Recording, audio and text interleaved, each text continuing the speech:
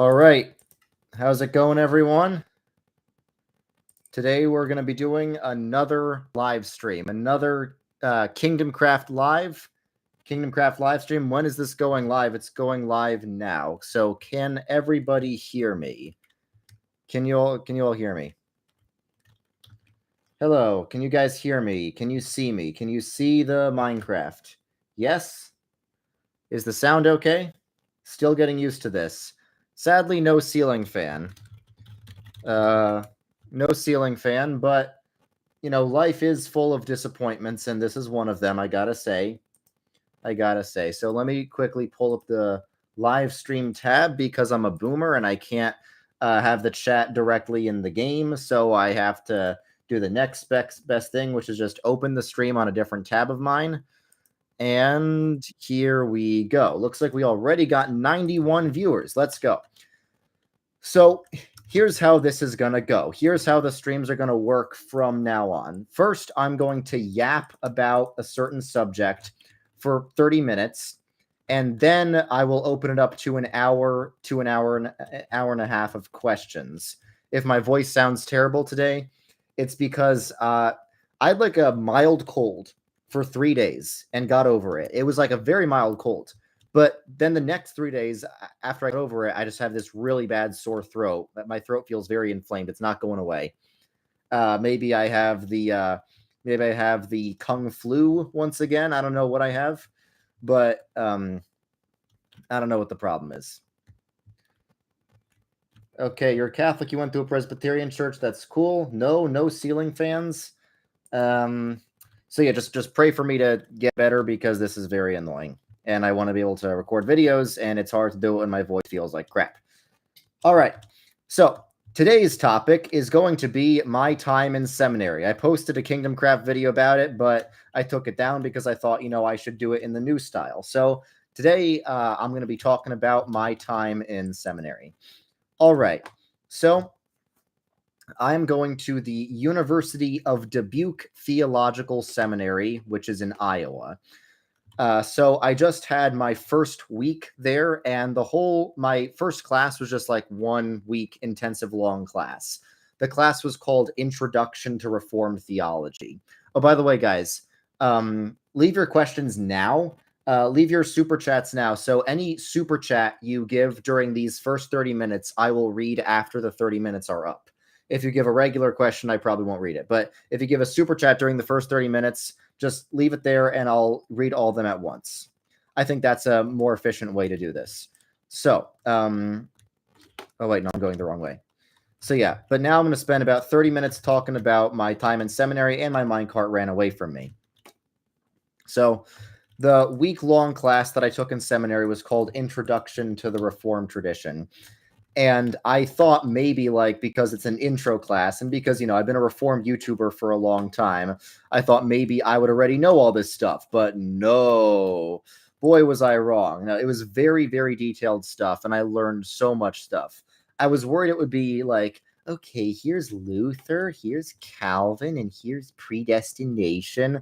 But no, it was very, very detailed.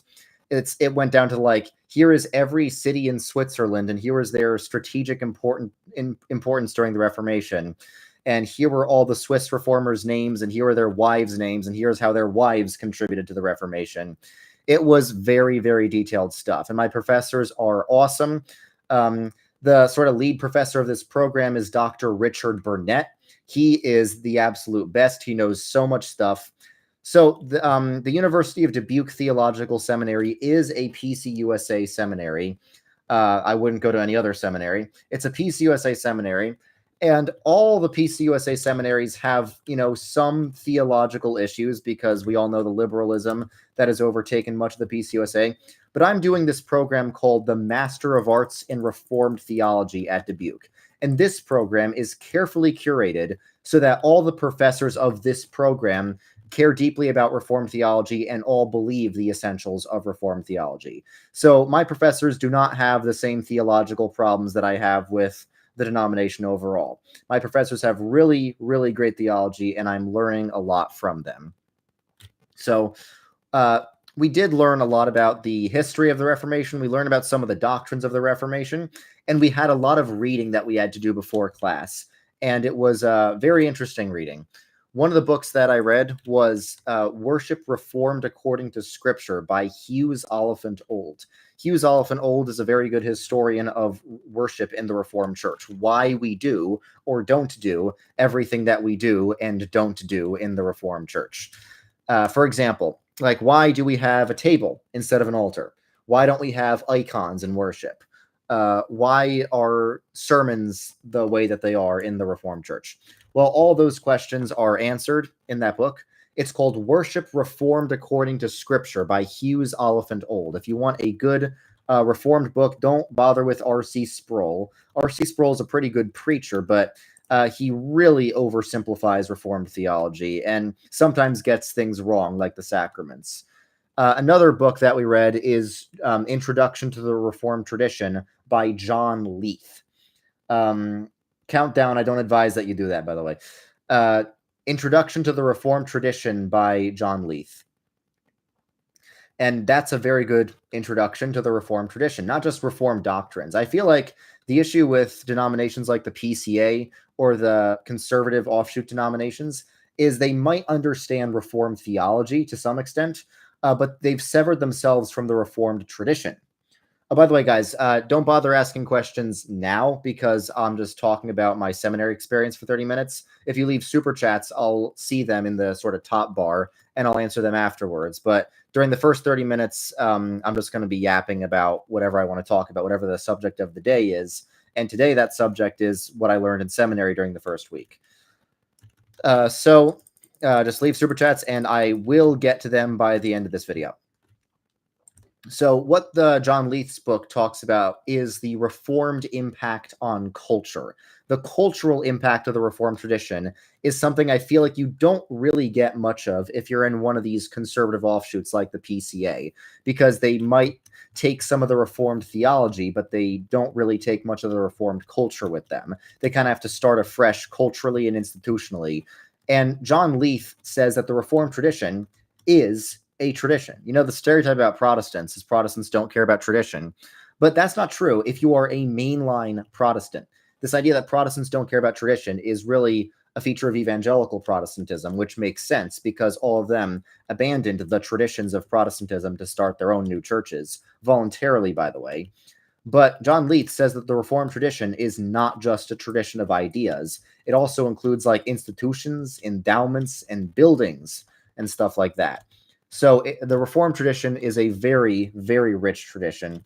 And I feel like you can only get deep into the tradition if you're in one of these mainline denominations.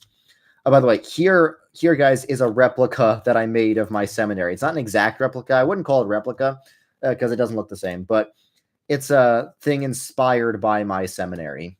This place is inspired by my seminary. And I need food, by the way. So I gotta find some food somewhere. But yeah, this is a place inspired by my seminary. You guys think this looks cool? Anyway, so there's a chapel here. Yeah, John Leith's book Introduction to the Reformed Tradition is really awesome. And it talks about the Reformed impact on culture. The Reformed were more dedicated to education per capita than basically anyone else. In Kenya, Presbyterians are not a huge share of the population, but they are a huge share of like politicians and doctors and lawyers because Presbyterians have invested most heavily in education in places like Kenya. And it's not just Kenya that they do that. That is typically what people in the Presbyterian Church will do, is they invest heavily in education. Another way that the Reformed tradition had a very profound impact on culture was valuing the ordinary, valuing the secular, valuing that which is not explicitly dedicated to a sacred purpose. Here's what I mean.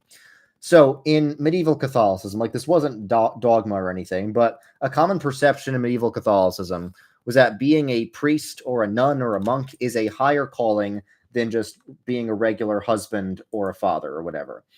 And the problem with that is some men would like leave their families to go be a priest because that was seen as like a higher calling. In response to that, Protestants had the Protestant work ethic, which is where any job you do is a divine calling. You can serve God just as much if you're a plumber or a garbage man than if you're a priest or a nun. And that caused Protestants to care a lot more about their work, which led to a lot more prosperity in Protestant countries. And that's why, to this day, Protestant countries are the most wealthy and prosperous and most successful by basically every possible demographic. So that's why I think there's a cultural superiority of the Reformed tradition. Also, Calvinists in America founded more universities than basically everyone else. Almost all the Ivy League universities have some Calvinist origin. Harvard and Yale and Dartmouth were started by Congregationalists, Puritan Congregationalists. Princeton was started by Presbyterians. Brown was started by Reformed Baptists. And Columbia was started by Episcopalians. I need food somewhere. Seriously. I don't want to kill these animals.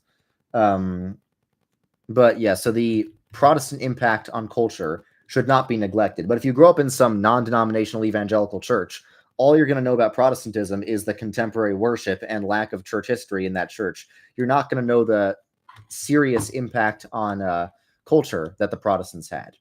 So I think you can't really understand Protestantism without understanding the American university. I think that is necessary to really appreciate the Protestant tradition. All American universities look kind of like this. All these traditional American Protestant universities look absolutely beautiful and were cathedrals of learning, and they would not exist without Calvinism. Okay, I think that's about it for the Reformed culture section. Another thing is that the Reformed tradition was spearheaded by some of the most educated scholars of church history of the day. You know, there's this common perception right now that, you know, to be deep in church history is to cease to be Protestant. That quote is from John Henry Newman, who had to think of the development of doctrine hypothesis to explain why a lot of Catholic dogmas are not in the early church. He's the same guy who said before Vatican I, like, hey, yo, Catholic Church, please do not make papal infallibility an infallible dogma because we can't justify this from the early church. And they did it anyway. So he's like, all right, well, maybe the seeds of that doctrine are in the early church. But no, it's not. The Protestant Reformation was not, you know, the Martin Luther's personal interpretation of the Bible versus church tradition. It was church tradition versus modern Roman Catholic innovations. So the Reformation, especially in Switzerland, it was a bit different in Germany, but especially in Switzerland, it was spearheaded by a lot of the best scholars and academics of the day. It was spearheaded by Renaissance humanists, people who were trained by some of the smartest scholars of the day, like Erasmus. You know, Zwingli and Ecolampadius. My professor, Dr. Tim Slemons, thinks Ecolampadius should actually be the most famous reformer rather than Calvin or Zwingli. But Zwingli and Ecolampadius were all trained by some of the best Hebrew and Greek scholars of the day and were serious students of the Church Fathers. They were some of the best patristic scholars of the day. And in fact, it was the Protestant Reformation that really developed the science of patristics, really invented patristic scholarship. Like, everyone had always read things from the Church Fathers, but patristic scholarship is actually the science of trying to determine, you know, which writings from the Church Fathers are authentic and what do they really say. For example, like a lot of Ignatius's epistles are spurious. A lot of the supposed epistles of St. Ignatius were not actually written by him.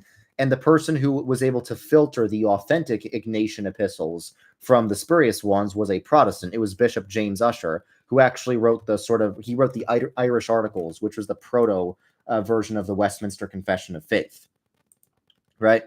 So the Protestant Reformation was spearheaded by the best scholars of the day, who, through their scholarship, realized that what the Roman Catholic Church of the day was teaching was not consistent with Scripture or the early church. It was the Renaissance humanists and the Protestant reformers that were saying we need to create good Bible translations that rely on the Greek and Hebrew manuscripts. And it was the Roman Catholics saying, no, all we need is the Latin Vulgate. So, you know, if you listen to like my friend Trent Horn, who is a good friend, by the way, but if you listen to like my friend Trent Horn, he'll be like, oh, Catholic Church wasn't against all translations of Scripture. They were just against, poor translations of Scripture. But what the Catholic Church considered a poor translation of Scripture at the time was one that relied on actual Greek and Hebrew manuscripts rather than treating the Latin Vulgate like independent fundamental Baptists treat the KJV Bible, right? But yeah, that's another thing I learned. The Renaissance humanism. You can't really understand the Swiss Reformation without Renaissance humanism. So that's another important thing to learn. Also, I got a little booklet from my professor, Dr. Tim Slemons, the Sermons of Ecolampadius. So I'm going to give that a read as soon as possible. Also, my professors are not big fans of Reformed scholasticism. They're not utterly against it. They think it has its purpose, but they don't think our faith should be defined by scholasticism. Because, generally in the PCUSA, even among the more orthodox version of the PCUSA, if you read people like T.F. Torrance, they have a bit of a Calvin versus the Calvinist thesis, because Calvin and Luther were not fans of scholasticism. They were not fans of Thomas Aquinas. They were not fans of Aristotle. Now, the Reformed tradition ends up embracing scholasticism in the next century or so, because they end up embracing scholasticism because it's necessary for debates, because they're doing a lot of debates with Lutherans and Roman Catholics and Arminians, and debates always give rise to scholasticism. But that wasn't always the case. Calvin and Luther were trying to move away from scholasticism and towards a more, humanist view of things. So if you, a lot of the Reformed nerds that you'll find on Discord these days are like obsessed with Reformed scholasticism, and they actually try to minimize the impact of Calvin himself on the Reformed tradition. And they instead say, oh, we should just be Reformed scholastics and read like Vermigli and Zanchi and, Vucius and what are some of the guys they like? They like Louis LeBlanc or John Davenant. Those guys are all really smart guys. Don't get me wrong. But I think the heart and soul of the tradition is in the 16th century Reformation rather than 17th century scholasticism.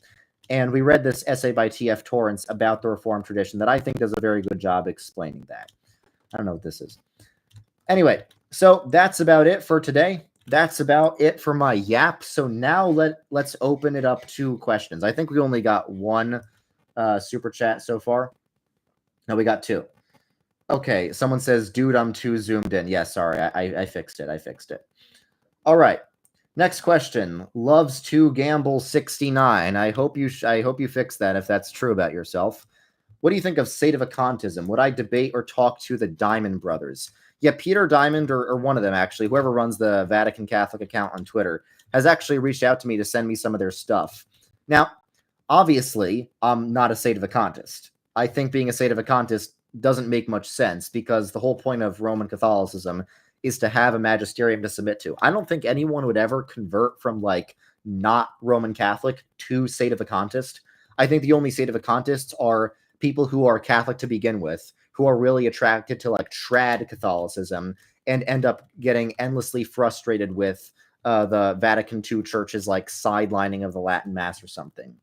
However, I do think they make very good arguments that the Catholic Church of Vatican II is substantially different and even contradictory to the Catholic Church of before Vatican II.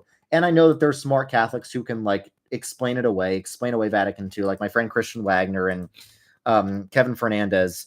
There are apologists who can explain things away pretty well, but your common sense alarms still go off when you see the Council of Florence saying, schismatics and all other religions are damned. And then you see like Lumen Gentium and Nostra Aetate saying that, Muslims can be saved. And you see Pope Francis telling a bunch of Muslim kids that all religions are paths to God. Okay, thank you for the super chat, Cool Presby Guy. Can you make a video on the PCI, the Presbyterian Church of Ireland, surviving liberalism? I think I will, because it's a very, very good example of a mainline Presbyterian church resisting liberalism. The Presbyterian Church of Ireland had a bit of a flirting phase with liberalism, just like all the denominations did, but they resisted it. So actually, I think Northern Ireland is one of my favorite countries now because they have a really solid Presbyterian church, and now they're entering in communion with the EPC, the Evangelical Presbyterian Church in America. By the way, is my volume okay, guys? Some of you guys are saying I'm muted. Is my volume okay? You guys hear me okay? Let me, all right. So yeah, I really love the Presbyterian Church of Ireland. I think it might be one of the most based Presbyterian churches. Recently, they actually disciplined a pastor who was engaging in like gay pride ceremonies. Yeah, this is a replica of the my seminary room. Anyway, that is a good question. What other questions do you guys have? Okay, if I had to choose one, would I be Eastern Orthodox or Roman Catholic? I would say Roman Catholic. I made a video about that very question a few days ago. So the video is called Protestant Chooses Between Catholicism and Orthodoxy. So if you want to know my opinion on that, you can watch that video. But spoiler alert, I choose Catholic over Orthodox because although like there's the whole papacy thing and some other things that I would agree more with the Orthodox on, the filioque way is very important. So I would ultimately side with the Catholics. Of course, he would. Okay. What would I do if my future kid left the faith? Well, I would pray for them to return to the faith. That always is a possibility. That's one of the things I'm a bit worried about with having kids. But, there is a proverb that says, train a child in the way he should go, and he will not depart from it. Now, of course, these proverbs are general sayings. They're not like absolute guarantees of anything. But they're there for a reason. And from my own personal experience, I've seen very few cases of children who were catechized in a stable family, in a stable household with a father, specifically a father who was very dedicated to the faith and dedicated to raising them in the faith. I've seen very few cases of that where the kid still departs from the faith. Every time I see kids departing from the faith, their parents like either didn't care about catechizing them or they sort of outsourced the catechism to like some Sunday school class. And sometimes there's what I call the young Sheldon effect, where kids have a mother who cares a lot about the faith, but not a father. And you need a mother and a father. I think especially a father, though, because the father is the head of the household. If the father just goes along with it because the mother wants it, that's basically a guarantee that the kids will lose interest in the faith. But yeah, the young Sheldon effect is absolutely real. I saw some statistic like when a child is the first one to convert in the family, there's like a 10% chance the rest, or like 6% chance the rest of the family will follow. And when the mother is the first to convert, there's like a 20% chance the rest of the family will follow. When the father is first to convert, there's like a 70% chance the rest of the family will follow. Because naturally speaking, fathers are the leaders, fathers are the rulers of the household. And this is another thing I learned in seminary. Another impact the Protestant Reformation had on culture was really focusing on the family as sort of like a miniature church, not a church that replaces church, but sort of a miniature church that the father is the head of. So it was the Protestant Reformation that really encouraged family worship. That's why John Calvin's Genevan Psalter has instructions for family worship that the Catholic Church at the time just wasn't doing that much. So yeah, it's a very Protestant idea that fathers, specifically fathers, need to take charge in leading their family in worship. If you're a husband or a father, you are the spiritual head of your household. And it's very, very important that you lead your family in the faith, that you raise your kids in the faith. Now, of course, you need a mother who's involved too, but fathers are the leaders. Okay, classical Protestant. Am I going to get my PhD?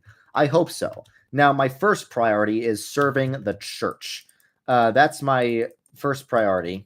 And, okay, what's happening?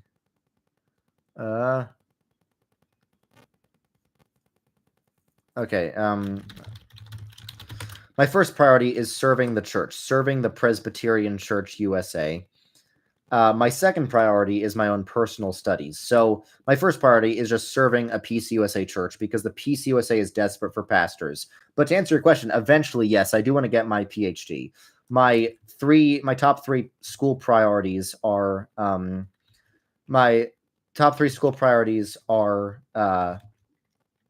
Harvard, Princeton, or Edinburgh. I might get a PhD at Princeton. Edinburgh would be awesome. Mother Scotland, the Mother Church of Scotland, that'd be awesome. And of course, Harvard is a very historic and important school. So getting a PhD from Harvard would be really cool as well. But if I do get a PhD somewhere, I'm going to want to do that from some Ivy League university or equivalent, like University of Edinburgh. Am I going to Princeton? I'm not going to Princeton right now. I might go to Princeton in the future for my MDiv or PhD. I don't know. Okay, Wildwood. Thoughts on the church situation in the UK, and any thoughts on the next Archbishop of Canterbury? Well, that is something we need to pray earnestly for, because in the sad truth, I think this is a sad truth. This is why I'm not Episcopalian. This is why I'm not Anglican. But the sad truth is, in Anglicanism, in an Episcopal system, the Archbishop or the bishop actually makes a huge difference. So pray for a conservative Orthodox Archbishop of Canterbury. Next question. Philosophically inspired. Do I lift? I lift on and off. Like when I was in college, I had a phase of lifting a lot. But the thing is, I have Jewish genetics. So that means I never make much progress lifting. Like I was lifting a lot for like 3 months and I made like a tiny bit of progress. And then my Swedish friend, who like never goes to the gym ever, lifted for like 1 day and was like so much more buff than me the next day, because, you know, effort does matter, but genetics also matter. No matter what I do, I'll never be like NFL material. Genetics do matter for a lot of things. And all this American nonsense about you can do whatever you put your mind to. Okay, is a like a 5'1" lady gonna join the NBA? No.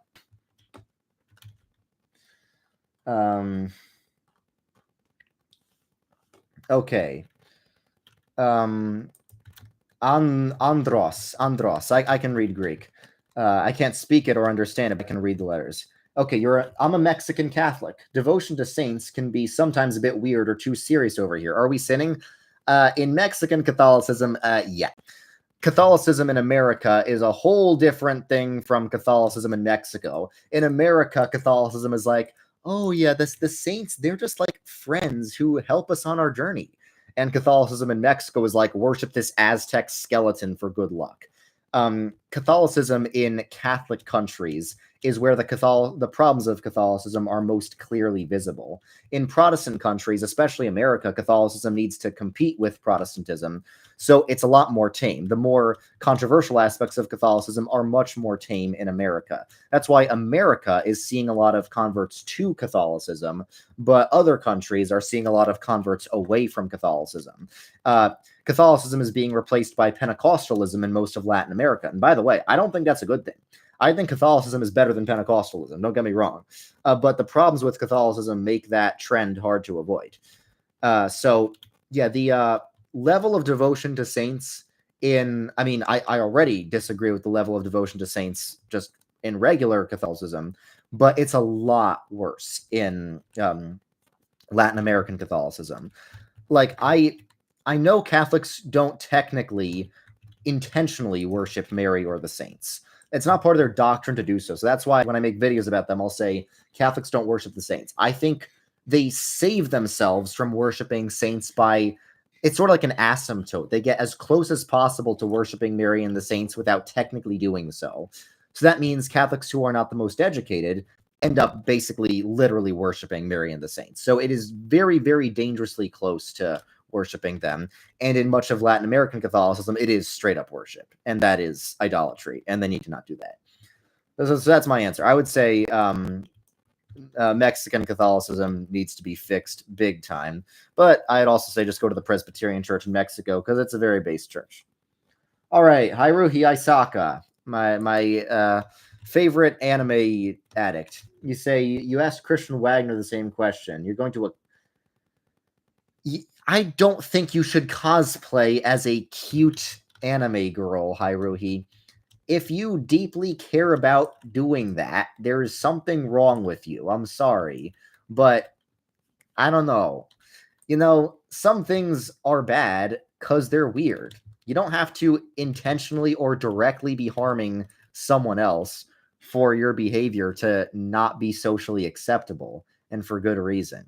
I appreciate the super chat, but I'm also an honest guy. And, well, the Bible does say in Deuteronomy, a man shall not wear a woman's clothes. You should never pretend to be a woman if you're not, which you're not, I'm pretty sure. So yeah, don't do that. Thomas White, thanks for introduction to Jordan Cooper. Thoughts on his version of theosis?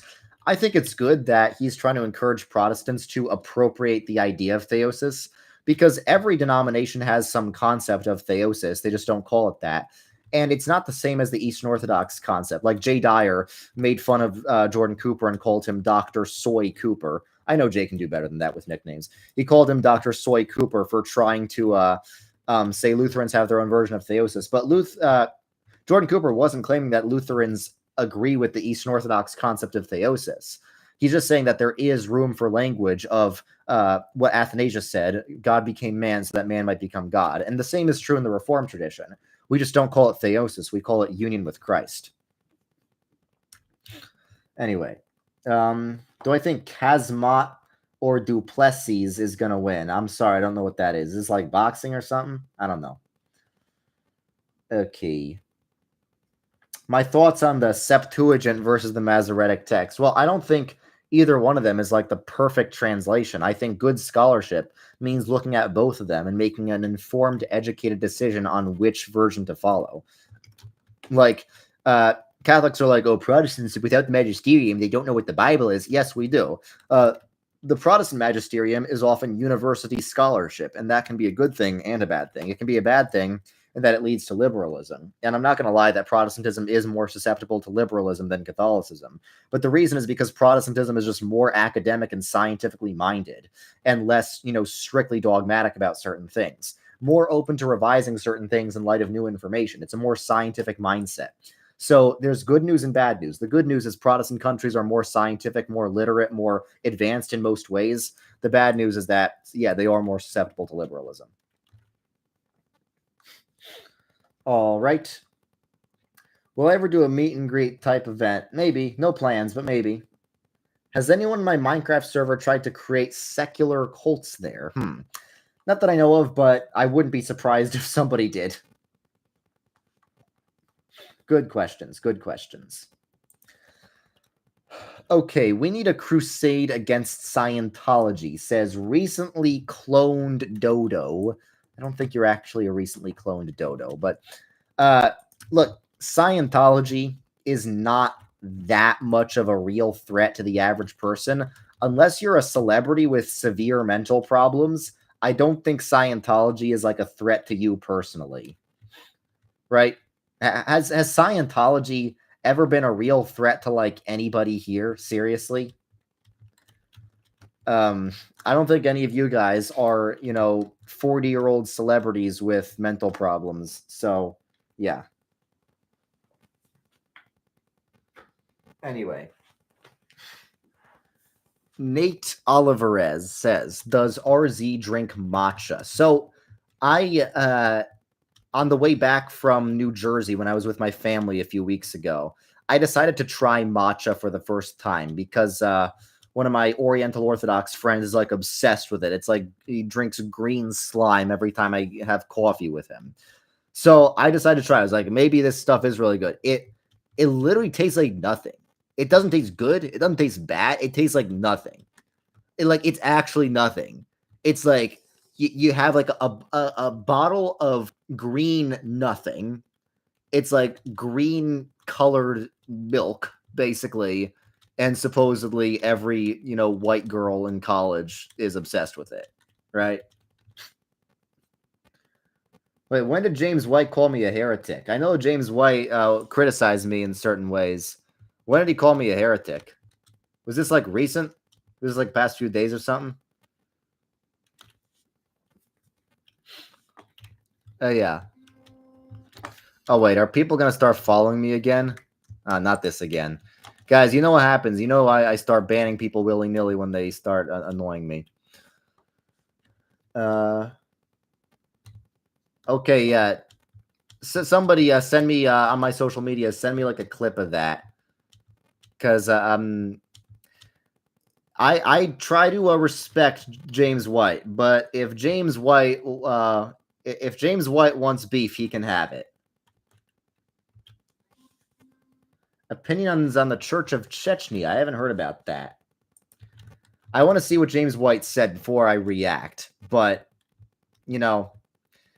let me just say, James White has never won a debate with a Catholic. You know, if James White was the best example of Protestant apologetics that I knew about, I would have gone Roman Catholic a long time ago. Luckily, luckily Protestants are often way more educated than James White. You know, James White literally spent like an hour the other week having an argument with this 18-year-old friend of mine on Twitter. Like, bruh. Okay. Why do you think the filioque is that important? Because it's about the Trinity. The Trinity is the most important doctrine of Christianity, so it's important to get the details about that right. Well, okay, can someone tell me why James White thinks I'm a heretic? Like, I literally subscribe to every word of the PCUSA's revised Westminster Confession of Faith. So what does he have a problem with? Is it because I said penal substitutionary atonement is not necessary to believe for salvation? Is it that one? Okay, thoughts on the Evangelical Free Church of America. They're schismatic from Lutherans, so I wouldn't see them as really all that historic. Okay, you loves to gamble 69. You converted to Sedevacantism from nothing. I guess if it's really that compelling, I might talk to a Sedevacantist at some point. But generally, I only listen to Sedevacantists for the purpose of finding arguments against Vatican II Catholicism. I watch Sedevacantist videos not because I agree with them, but just because they're convenient. Convenient for ammunition. Does Chalcedonianism lead to endless schism? Yes. There are 5 billion Chalcedonian denominations. Okay, I gotta run away. I need some food. Where's the food at? Where's the food at? What's a good church near Modesto, California? Chat. Let me send you the historic churches map, and that will help you. All right, you see this? You see the historic churches map?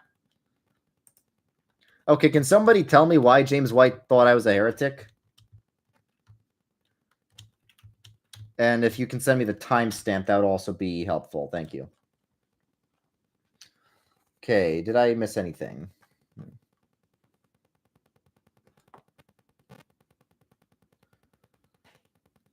Okay, Juan Carlos Garcia Bueno says, will I go to hell for being Catholic? No, but I do think truth matters regardless. So I don't think you should choose your denomination based on what you will not go to hell for being.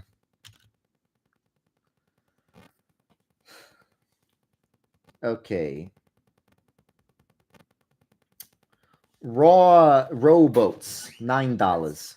What? Answer to the previous question, because the point of our existence is to glorify God, not to get saved. Yeah, thanks, Mrs. Zoomer. That was another thing I learned in seminary. Another distinctive feature of the Reformed tradition. Guess what? I have a news flash about Christianity. Are you ready? Are you ready for this news flash about Christianity? You ready for this news flash? Who's ready? Who's ready? Come, I'm trying to be like a hype man here.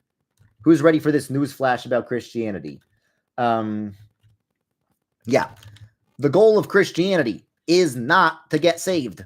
That's not the goal of Christianity. It is a secondary goal, but it's not the main goal. The main goal of Christianity is to glorify God. That is why we exist. Isaiah says God saves us for his own sake, not for our sake, for his own sake, because he's glorified in doing so. Right? So the point of Christianity is not going to heaven. It's spreading God's kingdom here on earth and glorifying God. That's why the Westminster Confession, the Catechism, the first question and answer in the Westminster Catechism is what is the chief end of man? To glorify God and enjoy him forever. I think if Lutherans answered that question, they would say the chief end of man is to be saved. Right? But no, it's not. So we are saved for God. This is actually something the MacArthurite Baptists are correct about, I must admit. God saves us fundamentally for himself. Okay. So, next question. Rowboats. I am worried I'm going to die because I accidentally took all my kava. What is kava? I don't know what that is. Look, dude, you're probably going to be okay. Pray about it if you're worried. And also, why are you asking a YouTuber about that? Okay, let me look up what kava is. You paid $10, so I'll actually look up. What is kava? Oh, it's like a Polynesian thing. I see. Well, dude, generally taking, drugs and stuff is not a good idea. So if you do that, there's going to be risks. Now, you're probably going to be okay, but maybe don't do that in the future. Think about how scared you feel now and don't do that in the future, right? Now, imagine if your kid wanted to drink a drink that has a 5% chance of killing him. Would you want him to do that? No. So don't do it. Come on. Some of you guys, man. Some of you guys. Next super chat. Jack Hvidston Outdoor. What is your main problem with the Baptist church? Yeah, it's the infant baptism thing. Like, I think credo baptism makes Christianity too individualistic. But like I just said, I believe, as the Reformed tradition believes, that the main point of Christianity is actually not being saved. The main point of Christianity is spreading God's kingdom and glorifying God. I think the Baptists focus too much on individual salvation. And I think credo baptism creates that kind of mindset where you're not a Christian until you personally get saved. I think that you're a Christian once you're baptized, even if it's as a baby, and baptism is still valid even if you personally don't have explicit faith. That doesn't matter when it comes to belonging to God's kingdom and serving God's kingdom, at least externally. So, yeah, like I said, the main point of the main point of Christianity, according to Calvinism, is not being saved. It's glorifying God. That's why, this is more of like an urban legend than something I've actually seen any real evidence of. But that's why supposedly some Calvinist ministers, candidates for ordination, were asked if they would be willing to damned if they knew it would glorify God more. It's really, I don't think any of us are holy enough to honestly answer yes to that question. But it's a good hypothetical. It's a good hypothetical. Would you be willing to be damned for God's glory? It's a very interesting hypothetical. Lutherans tend to hate that hypothetical because they think the main purpose of Christianity is to be saved. But if the main purpose of Christianity is God's glory, if God's glory matters more than your salvation, then somebody who is perfectly sanctified, which I am not, but somebody who's perfectly sanctified should be able to answer that question in the affirmative. I think Jesus answered that question in the affirmative. I don't think, if you listen to Jay Dyer's criticisms of Calvinism, he'll claim we think Jesus was literally damned on the cross. Well, not really. But I think Jesus suffered all the spiritual penalties of damnation on the cross. So Jesus didn't just die for our sins. He was willing to be damned for our sins. Not like literally, because Jesus had no sin in him. And but if you read Witzius, Jesus took on the penalty equivalent to damnation. Okay, how do you know your faith is true? If you're asking that question, it probably is. Also, remember your baptism. I would say that. Okay, any more questions, guys? Oh, the Nephilim in the Bible confuses me. What's up? So I had this running gag for a while where I'd pretend to give my answer on the Nephilim, and then the video would freeze up or something. Really, my view is that the Nephilim is the metric system. So the sons of Cain were more evil and more technologically advanced. So, the metric system was originally invented by French revolutionary atheists. The metric system was originally meant to be an atheist system. Think about it. The metric system is more technologically convenient, but it turns us into robots. Yes, the Celsius scale makes more sense scientifically, but is less human, is less intuitive. it makes that's why Fahrenheit is superior. It makes sense that 0 is very, very cold and 100 is very, very hot, and 50 is kind of in the middle. Most people don't know this, but the metric system originally included a 10-day week so that people would forget the Sabbath. If metric system propagandists had their way, we wouldn't have like an hour. There'd be like 10 hours in a day, and there'd be like 10 or 100 minutes in an hour, and a second would be like a cent a minute or something. Okay, 21 minutes, 50 seconds. As opposed to God's perfect design that just so happens to have these numbers that seem less specific than 10, but instead of everything being about 10, we're not going to debate each other because we agree on everything. Yeah, my wife is awesome and she's really smart. The times that we debate are before the internet knows about it, when we're talking through ideas, and then we eventually come to a consensus that we agree on, because that's how we deal. Yeah, my wife's the best. She's never wrong. I am wrong sometimes, but that's very sweet of you. Yeah. Well, it's good for me if I say you're never wrong, isn't it?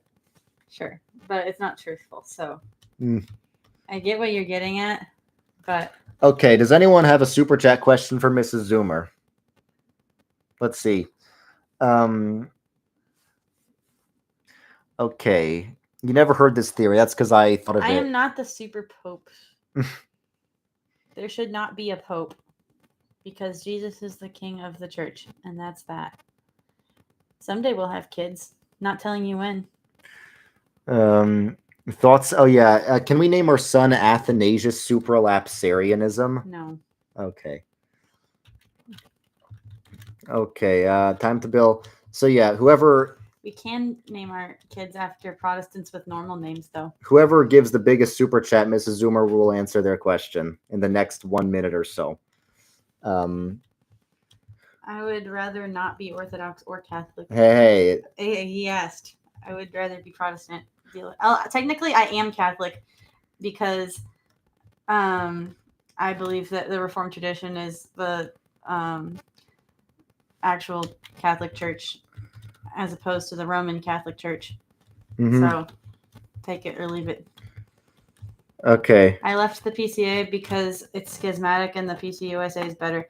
I don't think the PCA is evil. I don't have a problem with the churches, the pastors, or the people. I have a problem with the organization as a whole. And they need to retake the thing. I am... Okay, for Mrs. Zoomer, were you? I'm not submitting to Luther. I'm submitting to Jesus. Okay, there's 3 super chats for you now. Okay, let's see. I'll start with the biggest one. My first impression of him was that my friend told me he was a violinist, and I looked at his Instagram profile, and I was like, that says violist, not violinist. How dare you show this to me? And then I was also like, hey, he's kind of cute. I was always Reformed, yes. And let me scroll up so I can. How do you scroll up so I can see the previous chat? Yeah. What was the? Jesus is the king of the world, not just the church. Yes, I know. That is very, very true and very, very based. But he is king of the church. Mm-hmm. Which is why we don't need a human pope. It's like when God told the Israelites, you guys don't need a human king like all the other nations. Quit asking for it. And of course they demanded it anyway, so he gave it to them. But you look how that worked out for them, because Saul was not a good king. And yeah, they kept demanding things like the other nations over and over and over, and the prophets kept telling them, hey, don't do that.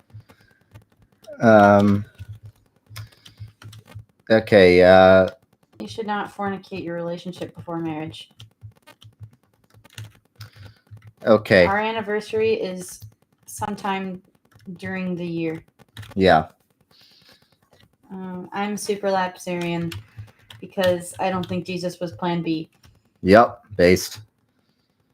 I don't think that icons should be a thing. I think that saints means everybody, all the Christians. Well, not everybody, all the Christians. Saints is used in the scripture to mean the body of believers, which is worse, fundamentalists who affirm all men can preach with no standards and no women, or liberals who think anyone can. You know, that's really that takes me back to the whichever Great Awakening it was, when it's like the danger of an unqualified or unconverted ministry versus a unqualified ministry. Personally, I think that women can be valid ministers. My personal preference is that men are the ministers because I think that's what is prescribed in Scripture. But I don't see any reason why God can't call women when there's pastor shortage and we just need people who are doing it. I mean, if men aren't doing the job, somebody needs to. And I would rather have a woman who's going to preach the gospel faithfully than a man who's going to blaspheme God's name. So does that mean you're an egalitarian? No. I'm not going to answer that question publicly. But I do think that the problem with your question is that both things that you're saying, when you say liberals who say anyone can preach, you're insinuating that whoever is talking is not a solid person, because you're saying anyone versus anyone, like you're saying men who are unqualified versus not men that are unqualified. So I'd rather have neither of those. Okay. Do you think Martin Luther would be a Lutheran today? Would he satisfy the church today? I think he'd be very satisfied with the LCMS. Yeah, I think he would be pretty mad at the Elka. Oh, by the way, here's Presbytopolis that I'm approaching. And I think he would also be mad at the LCMC and NALC and the other schismatic denominations that abandoned the ELCA. Yeah. I think he'd be happy with the LCMS. Well, except, Richard, what did he think about evolution? I'm guessing most people at that time were not young Earth creationists. So. Well, Martin Luther and Calvin, I think they were young Earth creationists, but that's because that was what the best science at the time supported. Yeah, Calvin also said we should always trust the findings of secular science. Yeah, and I think Luther probably. Yeah, I think Calvin would be more likely to accept evolution than Luther, but still. Well, Luther was pretty hard-headed sometimes. Yeah, true. Okay. Zoomer is boring. Mrs. Zoomer is fun. He's not boring, but thank you. Okay, you guys want to just ask Mrs. Zoomer questions? Some of them are. Let's see. I'm not naming my kid Redeemed Junior, but you might know them as that on. Well, he's busy playing Minecraft. I'm reading comments. No, her name will not be Celifana or whatever the heck that says. You want relationship advice? Let's see. What is your relationship advice? Don't date anybody who's not a Christian. Be kind to your partner. I don't want to say partner. Your boyfriend or girlfriend, depending on if you're a girl or a boy. Partner's cringe. Don't call them a partner. I mean, you are partners, but not like that. Read the Bible together. Pray together. Make sure everything is 100% focused. Christ first. I don't know. What else, Richard? And let me just warn you, a lot of guys are going to pretend to be Christian just because they want to. Don't pretend to be Christian. Don't lie to them. Yeah, that's the other thing. Don't keep secrets. If there's something that is like, if you forgot to brush your teeth that morning, that's a different secret than like, I didn't, you know what I mean? Like, if you've, before you became a Christian, you've done things that you regret doing, you should probably make that known and make it known that you've repented from it, but make it known. Because that's a big secret to keep that people should be aware of, or your significant other, that is. But like, just don't keep secrets. It's not worth it. Not healthy. Yeah. Also, I got to use the restroom, so why don't you take the questions while I do that? Because people seem to like you more than me. Just a second. I'm going to exit out of this. Ooh, can I hang out in your church, please? This is the library, but sure. Oh, that's the library. This is the William G.T. Shedd Library. So you press E to... you just go to E and then... Yeah, so... Guys, I'm learning how to play Minecraft. Yeah, so... here you go. Oops. Okay. Don't click this, but you can scroll. Okay. I don't know who Dr. David Falk is. Richard, do you know who that is? Nope. Sorry, dude, we don't know. I don't want your kidneys, and neither does he. We have good kidneys. Nobody wants you dang kidneys.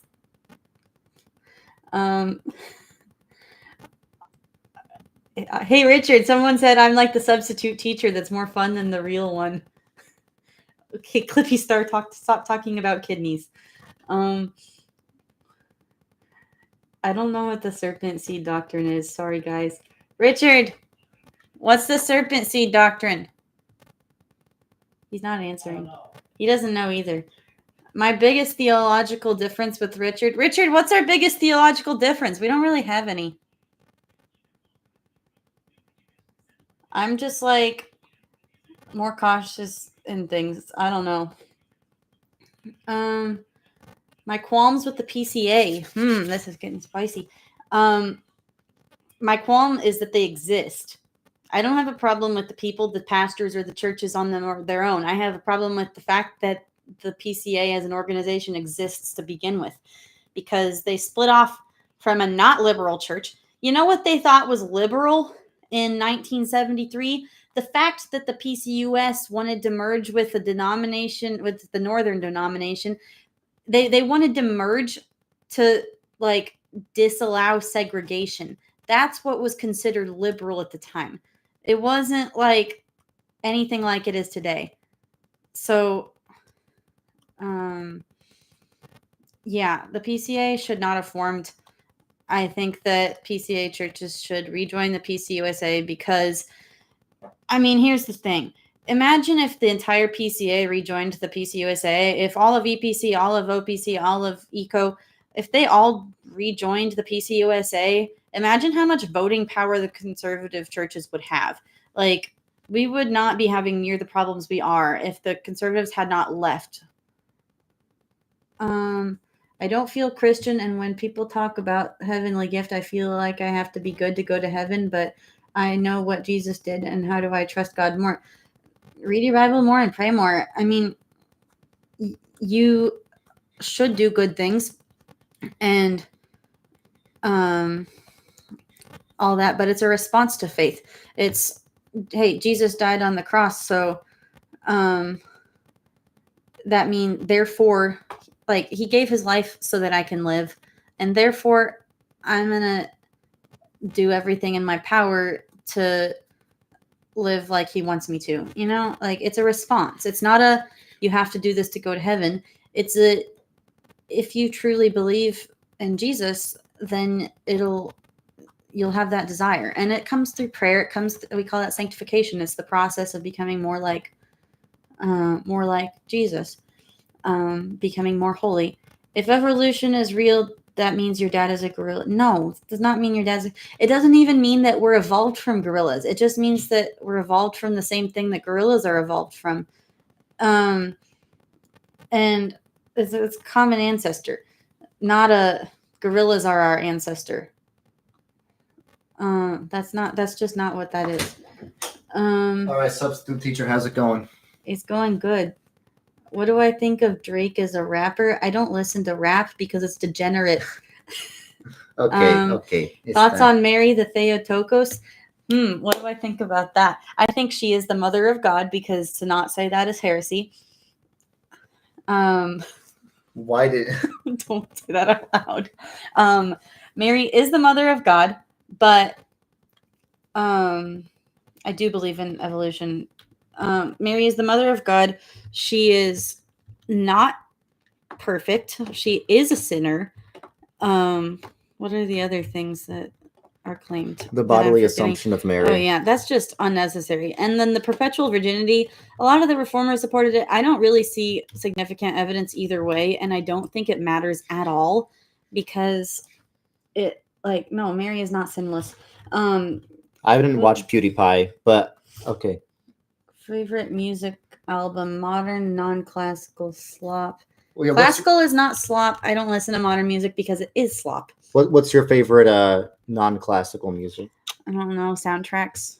True, a Harry Potter soundtrack. Let's say that one. Harry Potter soundtrack or How to Train Your Dragon soundtrack is pretty fire. By the way, the place I am right now in the world is Presbytopolis. This is like the Presbyterian. Is this like where I'm building my house? It's same country, so not that far. But this is not that church that it's next to. No, I can go there. Want to go there? Nah, they don't all need to know where I live. Okay, if you fine. Find it, good for you. Hey, Fiat Voluntas is here. Zoomer's teaching me how to play the Minecraft. I fell. Why'd Anyway, you do that? That was okay. silly. Well, Here. thanks for being here. Protestantism in Italy, it needs to be more. There's a fantastic Protestant church in Milan. I've been there. This girl YouTube pastor is my wife. Yeah, go on about the Milan church. Yeah, there's a Protestant church in Milan. It's awesome. Zoomer is playing.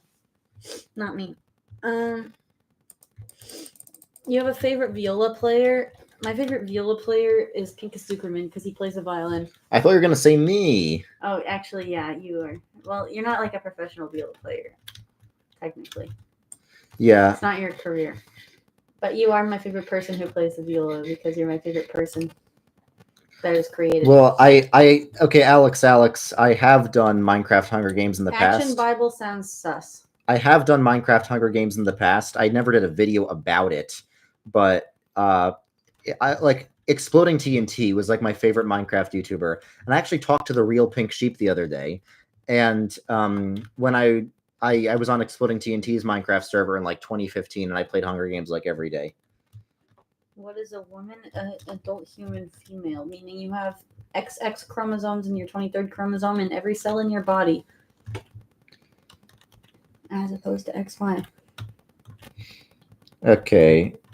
Okay, Alf Rules, I don't want to give that many political opinions. I'll answer that by saying we should. I'll defer to the PC USA's opinion on that question. Should we just tell them our anniversary? It's not like they can show up to our wedding anymore. Yeah, sure. Yes, our anniversary is the 17th.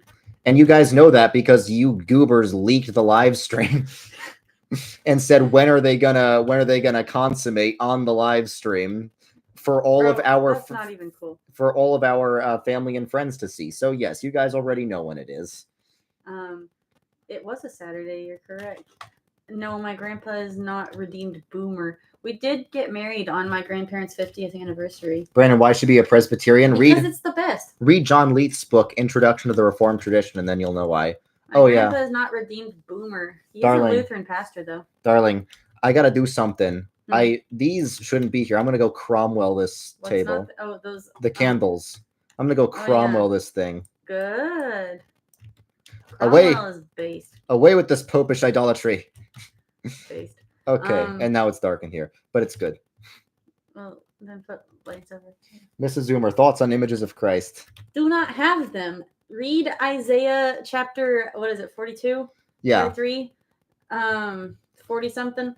I'd rather be Lutheran than Baptist. Read the second commandment. Yeah, the second commandment. But also, Isaiah 42 and 43, it is just, and maybe even 44, it's just so clear that it's just, you do not need physical images at all, and it's just not necessary for the worship of God. It's just like how Israelites kept trying to demand a king.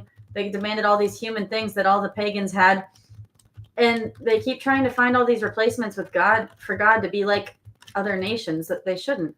And it's just a repetitive process of them wanting things that are not good for them. Read the early church apologists, the Council of Hyria was an iconoclast council. Yeah, now we don't subscribe to it because the Council of Hyria does support the praying to saints, but it still shows that the early church was iconoclast. Yeah.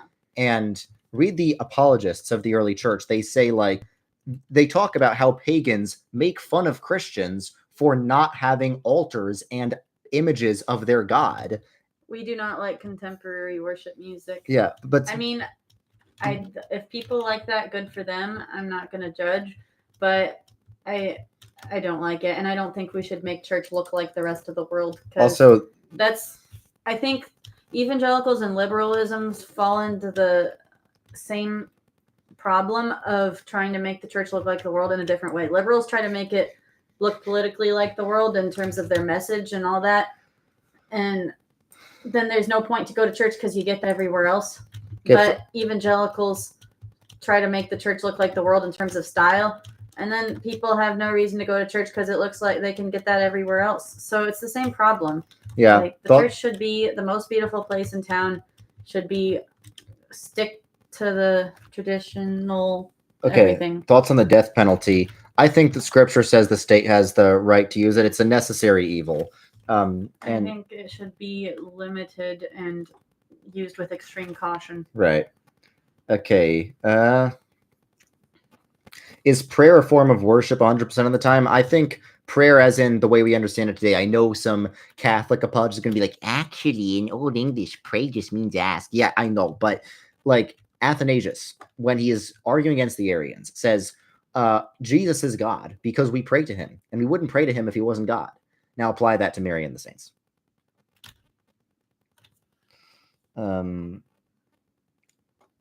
Also, Isaiah 41 is No, very clear Alf that- Rules, the question about Israel yes, and stuff. We've seen the Cromwell movie. I said I defer to the PC USA's opinion on that. All right, are you good for now? You want to keep it. Like me. Favorite quote on the Bible? What's your favorite verse, honey? It says quote on the Bible. I don't think that means verse. I think it means somebody talking about the Bible. I think he means favorite quote from the Bible. I mean, that's not what he said, but he's kind of illiterate. I don't know. That's hard. What about the whole thing? I'm going to say Romans 12:21. Be not overcome with evil, but overcome evil with good. Yeah, that's good. Also, Mark Actemimer was an evangelical in the Peace USA who changed his mind and started supporting gay marriage. So that's why we have the Mark Actemimer women's restroom. Why do we have that? Because Mark Actemimer was a PC USA guy who went from not supporting gay marriage to supporting it. But how does that justify naming a women's restroom after him? I don't know. Yes, you can listen to K-pop songs. I don't know why you would, but you can. Okay, what is this place? This is the going in the women's bathroom right now. Someone modified this place since I was here. Okay, let's get some super chats here. We're getting a lot of questions, but we have to prioritize the super chats. I don't speak Spanish. That's not even Spanish. Yo quiero so duro como dong dong dong zar. It's I want some. Yeah, this is I want to be blah blah blah blah blah. This is an American Minecraft channel. So if you want to ask me a question, you got to speak American. O italiano. How do you join KingdomCraft? If you join my Discord server, you'll figure it out. Opinion on Christians listening to Playboy Cardi. I don't know what that is, but it doesn't sound very good. Also, why is everyone invisible here? I'm just trying to hang out in the Presbyterian Hogwarts. By the way, we're going to watch... There's no such thing as redeemed brain rot. We're going to watch Harry Potter tonight, my wife and I. Don't convince your dad to let you become Orthodox. Just don't become Orthodox. Become Presbyterian. Yeah. And stop LARPing. Yeah. Because you're almost certainly doing that. Yeah. It's like, bro, the Orthodox is like so base and trad, man. It's not like my parents' boring evangelical church, man. Well, it is not like that, but it's not better. Right. You replace one smoke machine with a more high church smoke machine. How to evangelize parents? What would you say, Richard? Just be a good example. You're never going to beat your parents in an argument. That's not how things work. Argument's not the way to win because you still need to honor your father and mother. Okay. Harry Potter is fiction. Get over it. There is no reason why you should. I don't care about what other Christians say about it because they're saying stupid things. Why would I listen to people who are saying stupid things? Okay. It's called like fiction. Thoughts on Melchizedek? I think he was a type of Christ. Like typology. Yeah. Like Harry Potter is not cringe. It's awesome. Who's your favorite Lutheran theologian? Do I consider Arminians to be Augustinian? No, because Augustine. Harry Potter is not cringe. You're wrong. So because he gave a super chat, I have to give a lengthy answer. So Arminians are Augustinian in that they affirm prevenient grace. So they still affirm the Augustinian idea of total inability, that without God's grace, we cannot make the first move to salvation. But they are not Augustinian on the idea of election. They're not Augustinian. So they would be Augustinian on the idea of total depravity. At least classical Arminians would be. But on the concept of unconditional election, they would definitely not be Augustinian because Augustine's view of election was very clearly conditional. We have not yet visited Scotland, but we would love to. So if you'd like to help us get there, the reason why we have not yet visited is because flights are expensive. So if you'd like to help us out with that, go ahead. Yeah, if somebody gives us lots of super chats, we'll go to Scotland earlier. Yeah. Okay, can you be a Christian and an atheist? No. No. You cannot. That's just stupid. You cannot. I mean, The two are paradoxical. okay. It's like not compatible at all because an atheist literally means without God. Now, And in a Christians strict have a God. in a strict sense, you could define Christian as simply someone who is baptized. No.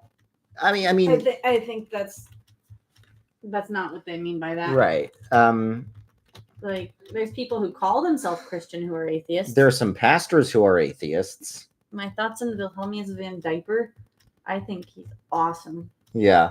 A little wordy, but Favorite Luxembourgish Reformed Episcopalian for real. Yeah, I think he's one of my husband's better inventions. Yeah. Okay, next question. I don't know. Oh, Messi or Cristiano Ronaldo? I hope both teams have Pick fun. better sports. Yeah, I hope both teams have fun. With your sports ball. Play good sports ball. Yeah. Have a fun game. Good game. Thoughts on public universal friend? You mean like government giving you friends? What do you mean by that? What's a public universal friend? Avoid idealizing your own theology. Continue studying constantly. And the more you study, the more you're humble. the more you study, the more you're going to realize you're wrong. Why did you jump into that light? Makes me go faster. But you slammed your head on that light. Yeah, whatever. Anyway, scroll down so we can. I'm going to that. Underhill, by the way. Okay. Next question. Language asks, is the filioque only an issue because the Spirit proceeds from the Father and Son in different ways? No, it's because it's a question of whether the Spirit proceeds from the Son at all. Well, the Orthodox Church affirms that the Spirit proceeds from the Son energetically, but not hypostatically. That's the distinction they made up. That's made up. Exactly. Don't be Orthodox. I mean, be lowercase o Orthodox. Yeah. What I think of Christian. ADHD is not an excuse to not reading the Bible. Like, I have ADHD. I get it. Just go a few verses at a time. Take breaks. Make a plan. Stick to the plan. Okay. What do I think of Christian Shorts YouTube? Like realism. I haven't seen much of that, honestly. What's the problem if I wear a crucifix? I mean, a crucifix is one of the more tame, Second Commandment violations. It's still bad because it's a violation of the Second Commandment, and the scriptures are so clear that you do not need images of God to worship Him, and it is improper. And stop adding to it. Richard Seminary professor said that God made man in His image, and man decided to return the favor. Yes. Does not work like that, guys. Okay, Alf Rulez gave a generous super chat. Have a cross on your church, not a crucifix. Alf Rulez gave a generous super chat saying, crucifixion is the best depiction of Jesus. Really? So you know what God looks like. I like That's funny. I like the Council of Hyria, where it says the only admissible form of Jesus is the bread and the wine in communion. Mm-hmm. Anyway, Alf Rulez says the public universal friend was an American preacher born in Cumberland, Rhode Island, to Quaker parents. Well, Rhode Island is the home of the best Baptists that I know about. So for that reason, I think Rhode Island is pretty based, honestly. Okay, what's the next? The next super chat says, during school mass today, the Catholic priest made a joke about the seven-horned dragon revelation. I personally think the dragon was a teenager. Know why? Because he was horny. That does sound like, school priest jokes. Yeah, it does sound like Gen X priest humor, to be honest. But yeah, that is vaguely funny. And I assume the priest was probably having to deal with like 20 confessions from all the guys. Depends on how big the school was. Okay, here's a joke. That's only if there were 20 boys in the school. Here's a Catholic joke. I'm allowed to tell this joke because I heard this joke from a Catholic priest, from Father Casey on YouTube. You can look it up yourself. So don't shoot the messenger here. I'm just telling you a joke that a Catholic priest said. So this guy goes into confession, and he was just like, I have to confess, I did inappropriate things with a girl, And the priest is like, oh, which girl was it? Was it Margaret? Was it Margaret? She's always hooking up with guys. No. Was it Susan? She's always hooking up with guys. Nope. Was it Emily? She's always hooking up with guys. Nope. So then the kid walks out of confession, and the kid's friend asks him, what did you get? And the kid's like, 3 new leads. Oh, that's terrible. Yeah. A Catholic priest told this joke. That's where I heard it from. So I can say it. Yeah. Whatever. Thoughts on the Shroud of Turin? I don't know if it's real or not. I don't think we should build our theology based on archaeological discoveries. It's a bit.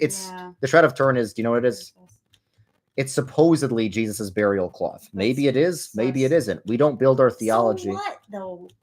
Like, even if you should not have quote unquote sacred objects. There's no such thing as a sacred object. That's why I said quote unquote. Yeah.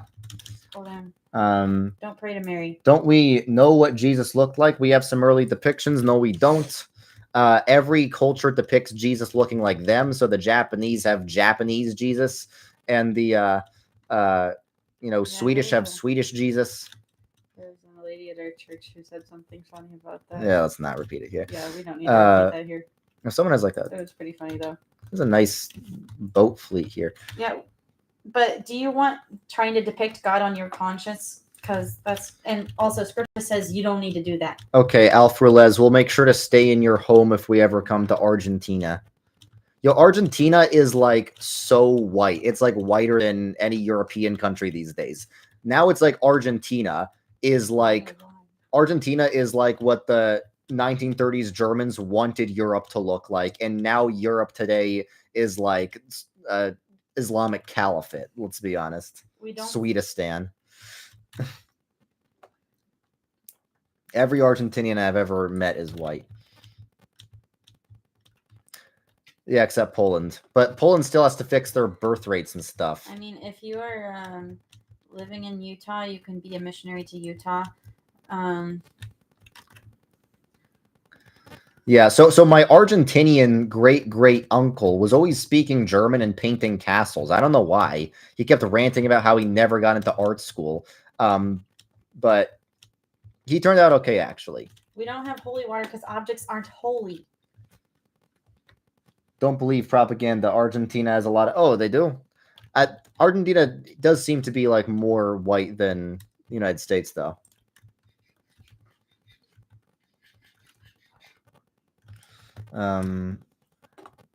Yeah, my Argentinian great uncle said that, he was frustrated at the people who didn't let him into art school, but I heard he did something about it, so that's always good news, I guess. Stop hailing Mary. Okay, Luke Reich is a messenger of truth, a false teacher. Now, I'm not going to call him like a heretic or anything, because unlike him, I don't throw out that accusation willy-nilly, but he definitely doesn't know what he's talking about, because he literally said that you're not a real Protestant if you have more affinity with with Catholics and evangelicals. So by his standards, Martin Luther is not a real Protestant. What about the Ark of the Covenant? Wasn't that a holy object? The Ark itself was not holy. There's no such thing as an object that is holy in itself. There are things that God acts through. God can act through physical objects. And he has made it exceedingly clear that we do not need images of him to worship, and that we should not have those. Twist, what is it with Protestants hating on Holy Orthodoxy? Honestly, bro, you're probably 15. You probably learned what Holy Orthodoxy is like less than a year ago. So sit down. Okay, please stop reading donations that are paid in ARS. Oh, why is that? Are they not worth that much? Do you not want us to read your donations? Yeah. He's literally making his own donation in that. Yeah. Why am I hating on Schleiermaker, liar maker? Schleiermacher, because he's the father of liberal theology. Now, Charles Hodge did think he was saved, but even so. 1 ARS, okay. I guess it's 100 ARS is not that much then. Why showing up in yellow then? I don't know, because YouTube is American and stupid. Okay, I'm going to stop doing that. You're currently Church of Christ and you're probably going to become Methodist. I think that is a very good idea. More people should become Methodist. Yeah. Should I go to Presbyterian Church? Yes. Yes. You should. I mean, if you're considering Presbyterianism, do that, but Methodism is better than, most things. Okay, 200 ARS. How much is 200 ARS? Let me look up how much 200 ARS to USD. It's 15 cents. Okay. All right, I'm not reading that.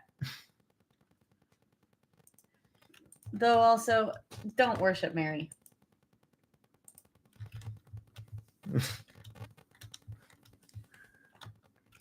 Should you start an Anglo-Presbyterian movement? No, you should start a Presbyterian movement. Am I going to debate Jade Dyer again after I've gone through seminary? Because he's been to seminary, he's been debating for 20 years. You don't worship Mary, then why does your prayer book say that you do? I mean, not okay. every Catholic does, but there are approved prayers in the approved Catholic prayer book that expressly do that. Okay, technically Catholics don't intentionally worship Mary, but it's like an asymptote in mathematics. They get as close to possible as worshiping her. There's probably people that misread the book and do it anyway. ACNA or PCA. Honestly, PCA is a bit less cringe. Yeah. PCA admits they're not historic. ACNA tries to LARP as historic. So also, the entirety of Anglicanism is a LARP. Okay, RZ, can you roast me? I go to a PCA church. Well, then you're one of my favorite Baptists, I gotta say. What I think of a messenger of truth, I already said he has no idea what he's talking about. He's an annihilationist. He supports slavery. He believes in soul sleep, and he thinks Martin Luther, well, by his standards at least, Martin Luther wasn't Protestant. Catholics in South America are still Catholics. Become Protestant. Yeah. Stop submitting to the Pope. Who wrote Hebrews? Okay, the church fathers tend to think that Paul authored Hebrews, but it was other people that put pen to paper, and I think that's the most coherent view of it. Don't be LGBT. Okay. We're not PCA. It's a trick question. Okay, Miguel, I appreciate you giving me 7 cents, but you have to read it so that it doesn't say whoever doesn't read this out loud is PCA, because we're not PCA. Anyway. Which is the best? Oh, I'm not answering that. It's Argentinian slop. 7 cents. I'm not reading any Argentinian super chats anymore. Of course, you don't need to ask saints to pray for you. 1, they already do. 2, they don't hear you because they're not God. Yeah, it's like it's Calvin was against vain speculation. Catholics can make fairly decent rationalizations for all the new worship practices they invent left and right, but that doesn't mean we should do it. Just because you can rationalize something doesn't mean you should do it. There's no proof that the saints can hear every prayer directed at them. Your friend is leaving Roman Catholicism to converting to Evangelical Baptist. Well, as long as he's in a denomination, that's better. Don't become non-denominational. And, better yet would be like a traditional Baptist or, Presbyterian. But I think they do think it's a slight improvement. Yeah. Do I think Anglicans are too open on second day? Yeah. You don't need to leave the LCMS. If you move to an area where there's not one and you want to join the ELCA and try to help them, great. I wouldn't say Catholicism is paganism revisited. It's Christianity at the core, but there's a lot of pagan seeming slop tacked onto it. More heavily infiltrated by paganism than the PCUSA is by liberalism, or like similarly. Especially in the syncretist forms, and there's a difference between. There's better and worse versions of Catholicism for sure. Is Anglo-Calvinist or obviously Anglo-Catholics work because Calvinism is based. Well,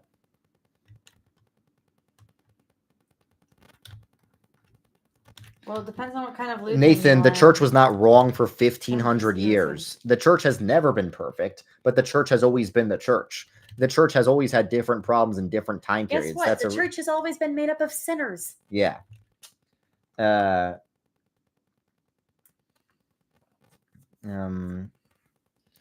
Which is why the church is not infallible.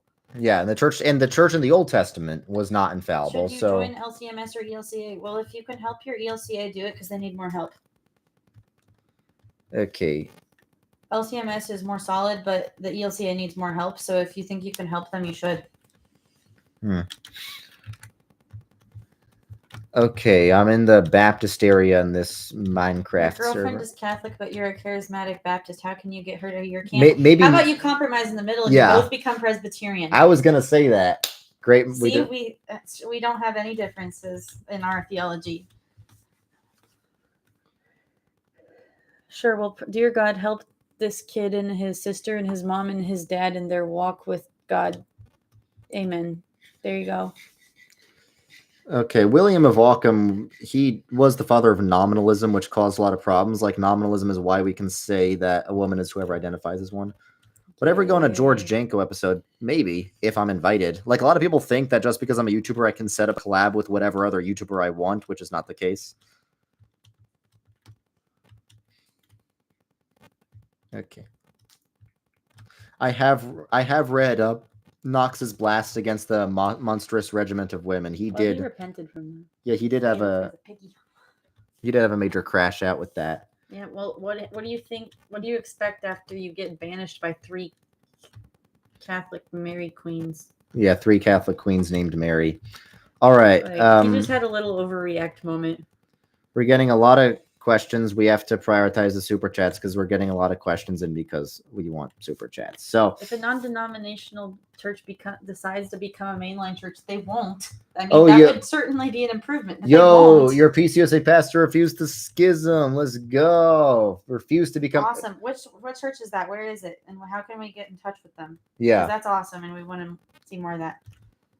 Okay, is the woman in Revelation Mary, Brandon? I can see the argument for that, but generally the church fathers didn't have that opinion. If the woman in Revelation is Mary, then you can make a case for her bodily assumption. But why do miracles happen when people pray to saints? I don't know. Why were there Baptist miracles when people got baptized in the Baptist way? I don't know. Every denomination has miracles. Yeah. God works through anything. He can, God worked through King David. Did King David need to be a king? No. Did God originally think that Israel needed kings? No, they still didn't need kings, but God still worked through them. Yeah, because God can work through sinners. God can work through things He doesn't approve of. So I believe God can work. He works through sinners. He works through sin. I think God can work through sinful worship. People have come to Christ because they found themselves butt drunk on the middle of the street at night, and they realized they had a problem. God works through things that are not okay. Yeah. See, this is why my power is made perfect in weakness. This is why boast more of your weakness. This is why I married her. She's wicked smart. So God can work through things He doesn't approve of. So I believe God can work through your prayers to Mary and your prayers to Thomas Aquinas or whatever. That doesn't mean you should do that. PCA is still Presbyterian, but it's just very Baptist flavored. We call it Presbyterian. It really depends on the church. Like, some of them are more Presbyterian than others. Okay. But it's still Presbyterian. I don't wear veils because I'm not Catholic, and my church doesn't do that. I don't have a problem with it, so to say. But I think in 1 Corinthians 11, when it talks about head coverings, I think that's primarily a cultural thing where Paul is saying, the Romans at the time required women to let down their hair and adorn themselves with all these beautiful things so that the Roman men could look at them and satisfy their desires, their lustful desires. And the church, I think Paul was saying, is supposed to be a safe place where women are not looked at like that. And that was why they wore head coverings at the time, is to say, hey, you're safe to worship here and not just be. It's not an issue that we particularly care about that much. I think that was a cultural thing. If our church ever mandated that we wear head coverings or that we would do that, we would do it. But I just don't think there's good reason why it's not necessary today, because it's not. It's something the same way. It's something to submit to your pastor on. If your pastor tells you to wear a head covering, wear the dang head covering. But if he doesn't do it, but I mean, the reason for it was that the Roman government at the time was mandating that women adorn themselves in the streets for men to look at. And so when you come inside the church, it's meant to be, hey, you don't have to do that here. Yeah. Okay. Can I be assured that if I pray to Mary, you're not sinning? No, you can't. You are sinning by praying to anyone but God. Now, some sins are worse than others. It's a lot worse if you know it's a sin and you do it anyway. It's also not as bad as, killing somebody. Yeah. But it's still a sin. So Jesus said that. Do it. So I want to be clear. That's a sin the same way anything short of perfection is a sin. Jesus said only Anglican, Catholic churches are near you. Go to the Anglican one. Yeah, Jesus said anyone who the servant who knows his master's will and doesn't do it was beaten with many lashes, but the servant who didn't know his master's will was beaten with few. So yes, I don't think it's a very serious sin when Catholics pray to people that are not God, but it's still wrong. Oh, okay. Is this still easy working? Did the stream? Are we back? I think we're back. Are we back? Prots out of Ireland, come out, you black and tans. Nope. We support Oliver Cromwell in this house, not the car bomb Catholics in Northern Ireland. Oh my gosh.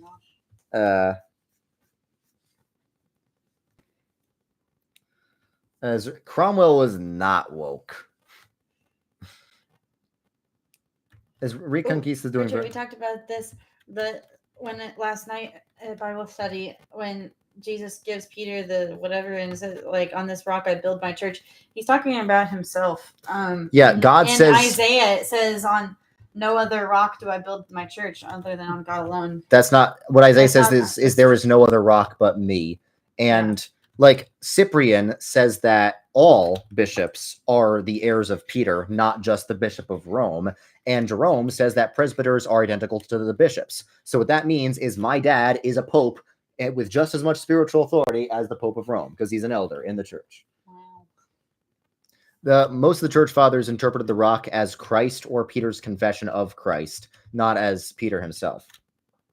What are my thoughts on Sacred Heart devotion? Okay, I got in a lot of trouble for this. Oh my goodness gracious. It is totally taken too far. It's taken too far by existing. Be devoted to Jesus, not one part of Jesus. There is a case that it is a bit Nestorian to venerate a part of Jesus, like the Sacred Heart. But even if it isn't, why?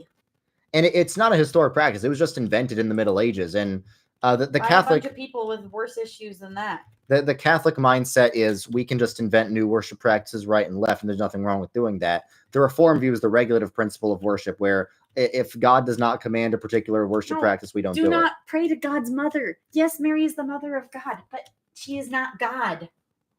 Okay. Oh my goodness. All right, do you want to make dinner? Do you want to make dinner? Okay, she's going to make... Leftovers. We don't have enough for both of us. Yes, we do. Are you sure? We definitely do. Fine.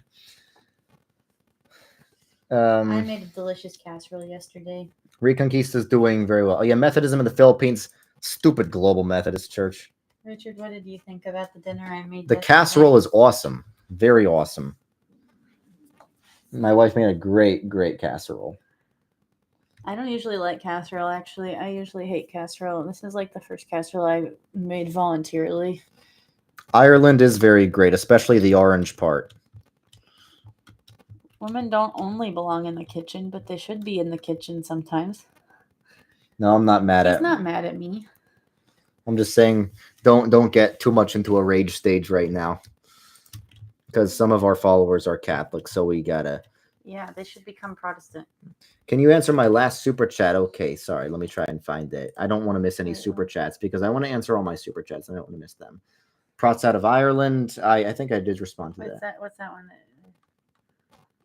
That one. What do I think of the Lutheran argument? This is good. That Christ's human nature can be in more than one place. I disagree. This is the communication of attributes. Honey, now which Roman Catholic scholastic actually agrees with the Reformed view on this? Yes, Robert Bellarmine. It is, I think it's a violation of Chalcedon, the Lutheran Christology, and Catholic side of the reform of this. I think it's a violation of Chalcedon to think that the human nature of Christ itself can take on divine attributes. Of course, we believe in a communication of attributes from the natures to the person, but not from one nature to the other. That's heresy, Patrick. How is ancient intercession of the saints sinning if it's found in Scripture and the early church practiced it? Two things. It's not in Scripture, and the early church sinned. We know the early church sinned in some ways because Paul wrote letters to early churches talking about how much they were sinning. But aside from that, you can't really find any intercession of the saints in the first couple hundred years of the church. And it is early from our perspective, but a lot can change in like 200 years. Also, we do think the saints pray for us. We just don't need to ask them to. Like, they don't hear us. You can't ask them things because they're not God. They're not omniscient. How to convert friend to Catholicism? I have some good advice. Log off and never text them. I think that'll work. No. Huh? They cannot hear us. They're not God. It's been a while. Glad to see. I'm not fully recovered. I still have a bad sore throat. You're okay, honey.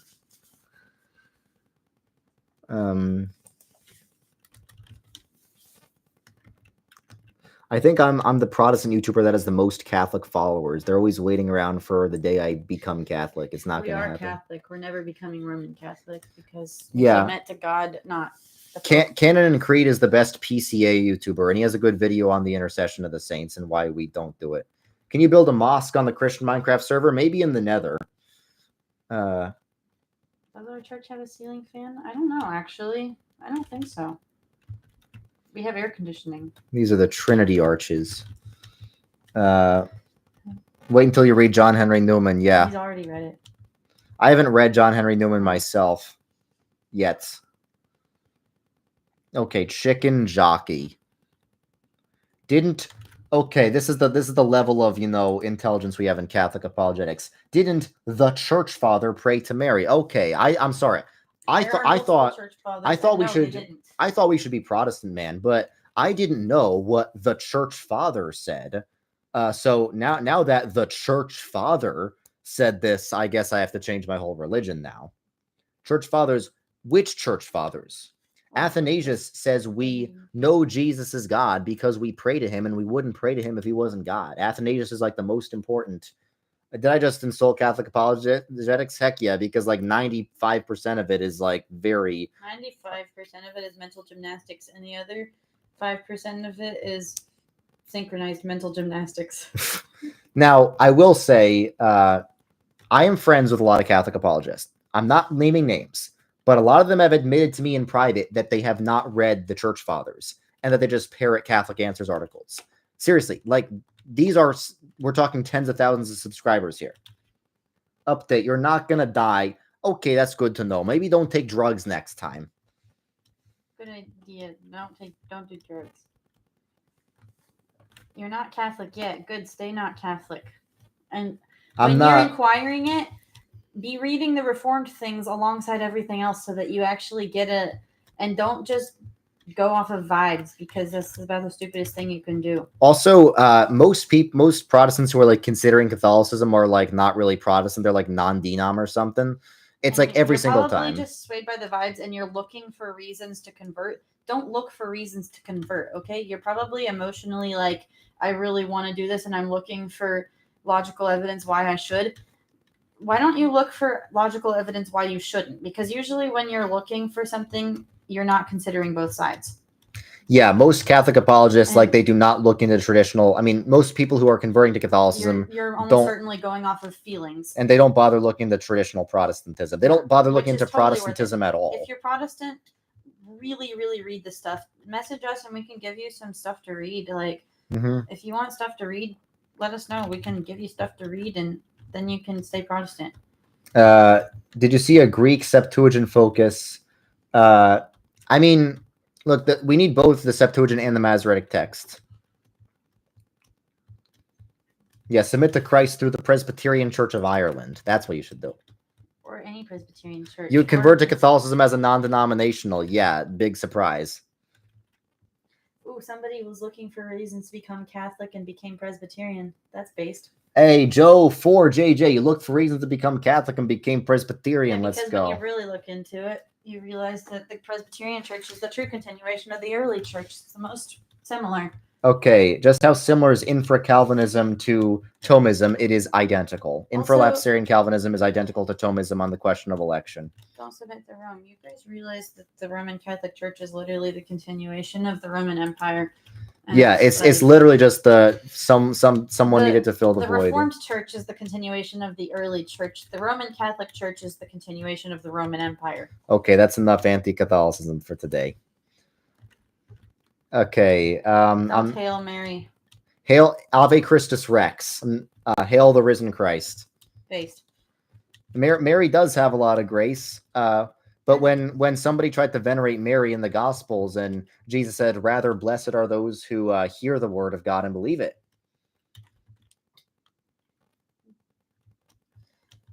What about the Orthodox? I like the Catholics better than the Orthodox, honestly.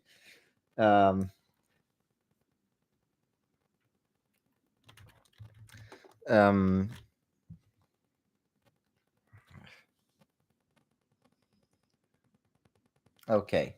Anyway, looks like we'll have to avoid getting into any cars in Northern Ireland anytime soon after this.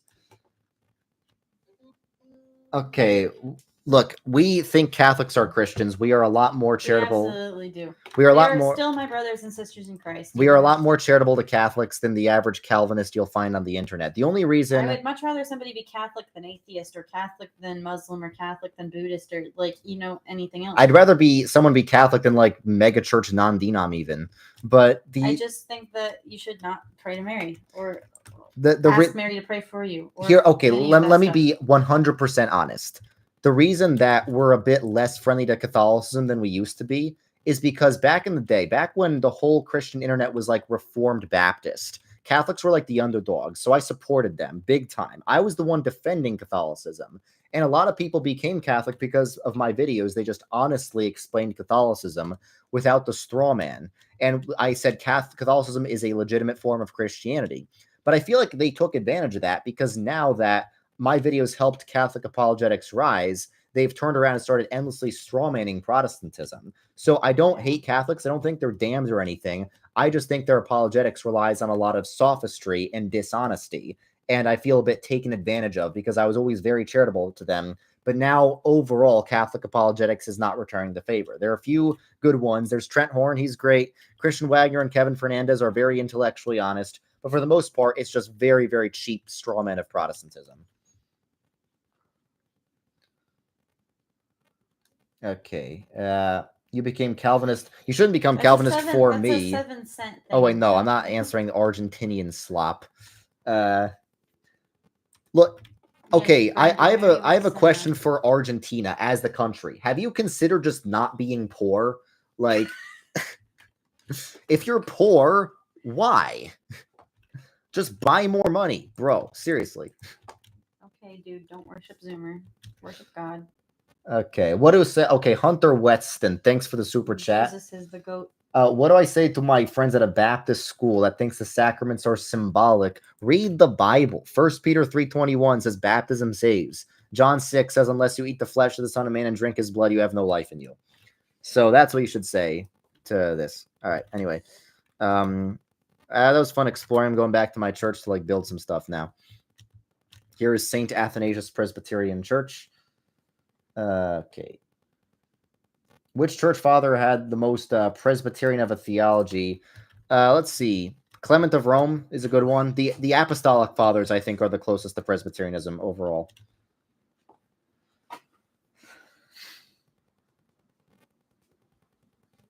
Yeah. Okay. Yes, stop being poor is the best explanation of the Protestant work ethic. What can I say? It works.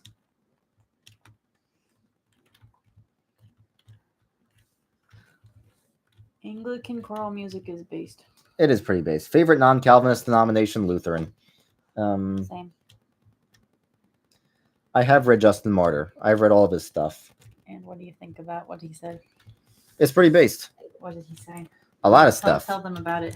Well, Justin Martyr, I mean, he has a bit of a Trinitarian error because it's not clear if he thinks the Holy Spirit is personal. Other than that, his stuff is pretty good.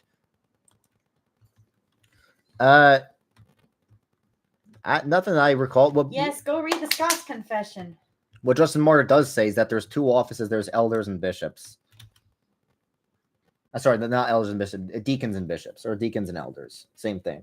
Yeah, he says that elders and bishops are the same thing. I say crucifix is idolatry. Now, when I say it's idolatry, there's levels of idolatry. In Calvinism, like when a Catholic accuses someone of idolatry, it's a very serious accusation. They mean you're intentionally worshiping a false god. In Calvinism, idolatry could be anything like caring too much about getting a girlfriend. I mean, the thing is, with the golden calf, the book of Exodus, they thought they were worshiping the one true God. They were, when they made the golden calf, they were genuinely thinking that's what they were doing by making that image. Obviously, that's not what they were doing. And that's why we say, hey, don't make statues to represent God or to worship God through a statue or an image, because it's very clearly not how we're supposed to worship. Yeah. Being Catholic is better than being hyper-Calvinist. I agree, but The only hyper Calvinists you'll find are like those weird Baptists online.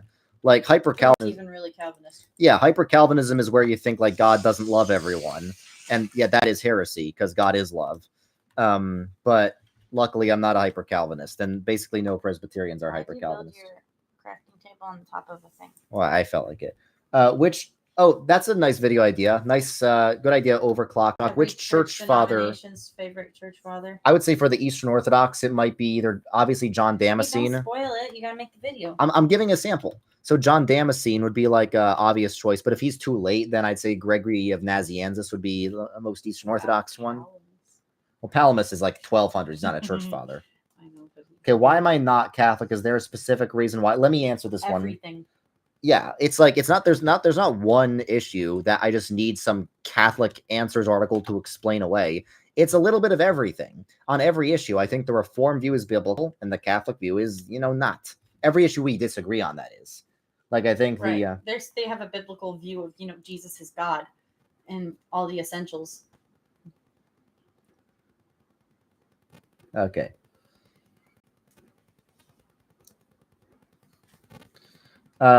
I don't think John Damascene's arguments for images is valid, and he quotes a lot of forged church father quotes. Hyper-Calvinism is really not Calvinism, and Calvin wouldn't have liked it. And it goes against the Reformed Confession, so it doesn't even matter.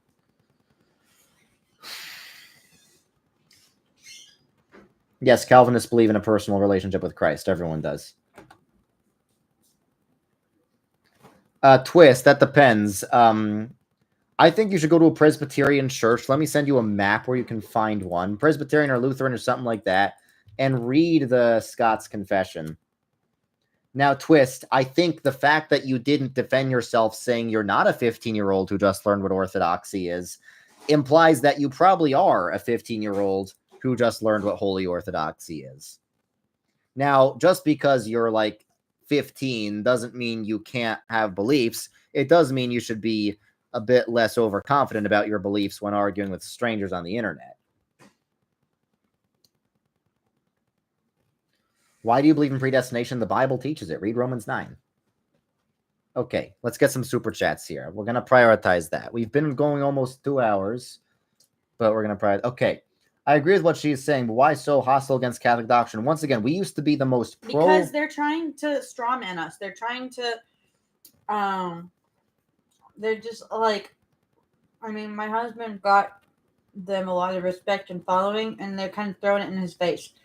Yeah, I helped crapping on him. I helped Catholic apologetics inadvertently just by talking about them honestly on the internet in my denomination's videos. I get messages every day saying, "Oh, your videos helped me convert to Catholicism." And they repay him by strawmanning him. Yeah, that's not cool. They repay us. It's not about me, it's about Protestantism.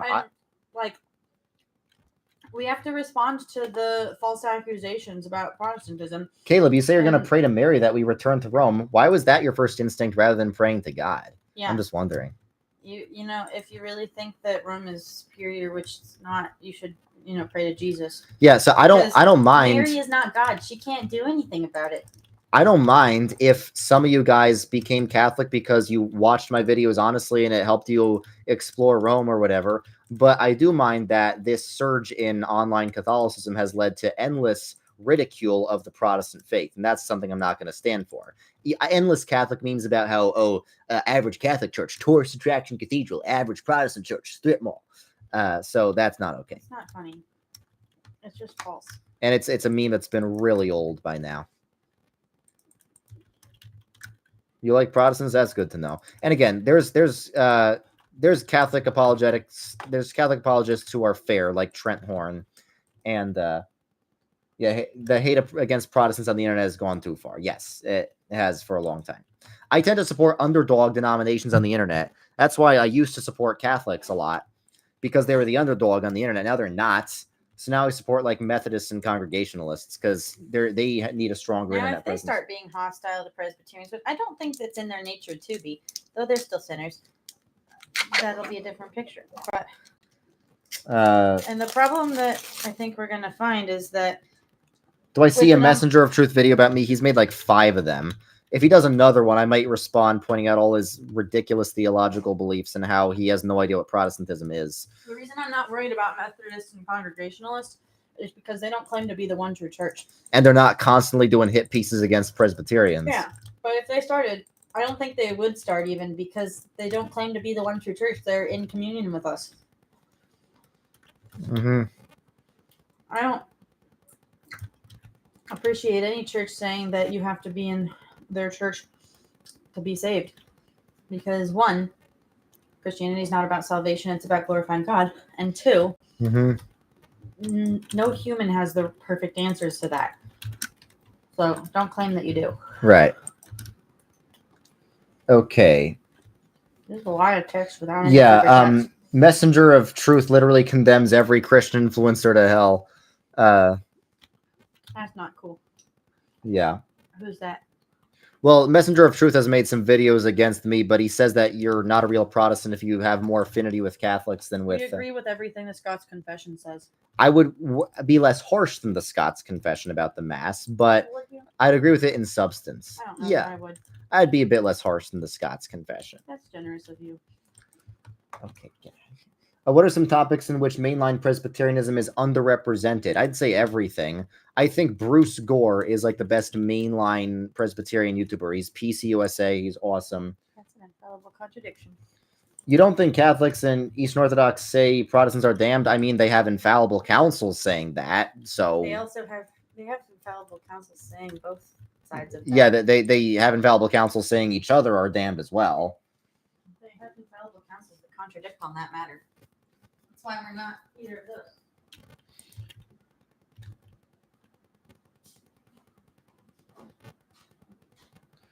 Okay, Twist. So I was right that you're a teenager who learned what orthodoxy is pretty recently, and suddenly you're the chief defender of holy orthodoxy on the internet. Very good.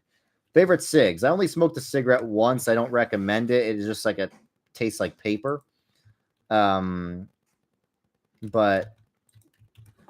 let me guess, Twig, you learn about orthodoxy from the internet. Sorry, Twist. Let me guess, you learn about orthodoxy from the internet. I mean, that is how people learn things these days. But you shouldn't suddenly act like you're the expert on religion if your daddy can't even drive you to a Presbyterian church. Okay. Average Lutheran, thanks for the super chat. Oh, yeah, the Scots Confession is a very good articulation of Presbyterian doctrine. It's the first confession of the Scottish Reformation, so I'd highly recommend it.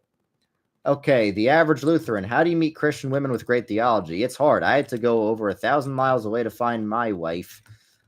So just don't give up and don't rule out the internet. I didn't use a dating app. We just were doing online evangelism, and we happened to meet each other that way. But yeah.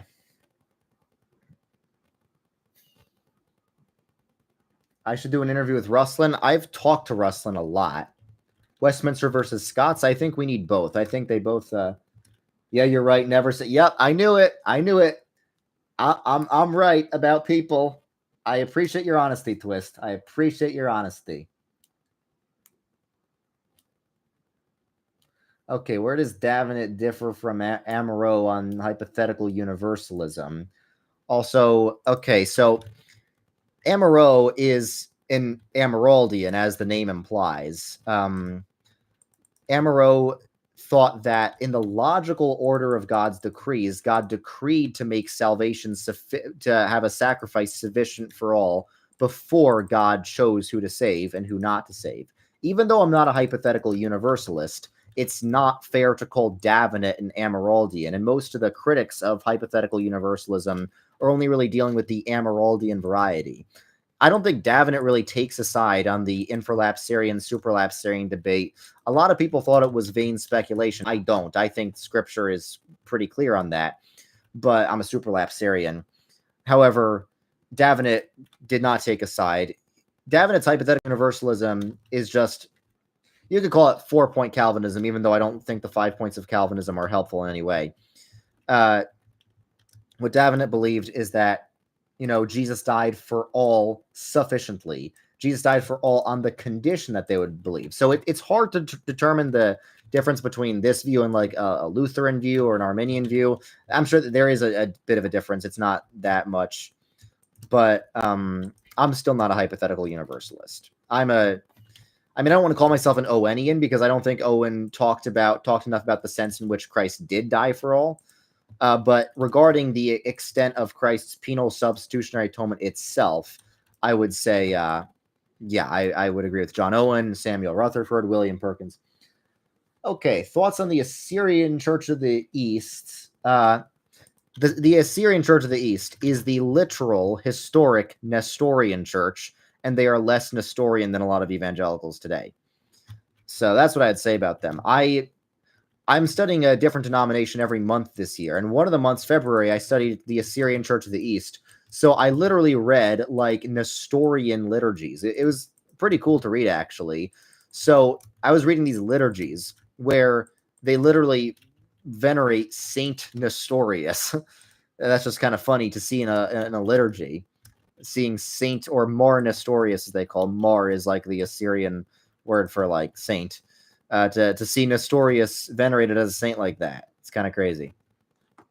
Okay, I think I'm gonna need to get even more andesite. Why do I run out of andesite so fast? Okay, overclock. Would I say to be a traditional Protestant, you must affirm everything in your denomination's confessions, or is there some wiggle room? As much as you're allowed to. It's like there's a lot more leniency for laymen. Laymen generally just need to affirm like the essentials of Christianity. Like you can be a member of most Presbyterian churches and have like Lutheran or Baptist convictions. However, if you're going to become a minister, you basically need to agree with everything. Catholicism and Orthodoxy seem like internet trends. Well, they are internet trends right now. It doesn't mean they're not true. I don't think they are true as far as they're distinctively Catholic or Orthodox. They definitely are internet trends right now. Even if, and it doesn't contradict them being true to say that they are internet trends. That is the trendy thing online, especially in online Christianity today, is to become Catholic or Orthodox. Who are you talking to? Riley. Okay, cool. Why don't I recommend non-denominational or evangelical? The answer is simple. I support Christendom, and non-denominationalism is corrosive to Christendom because it takes away from institutionalized Christianity. So that's why I prefer Catholicism to non-denominationalism, because Catholicism still believes in the sacraments, even though they don't, even though I don't think they're right about the sacraments, they still believe in the sacraments, and they still support Christendom. Non-denoms don't support Christendom. They support, me and my Bible and my personal relationship. If they supported Christendom, they wouldn't be non-denominational. They'd be part of more structured institutions.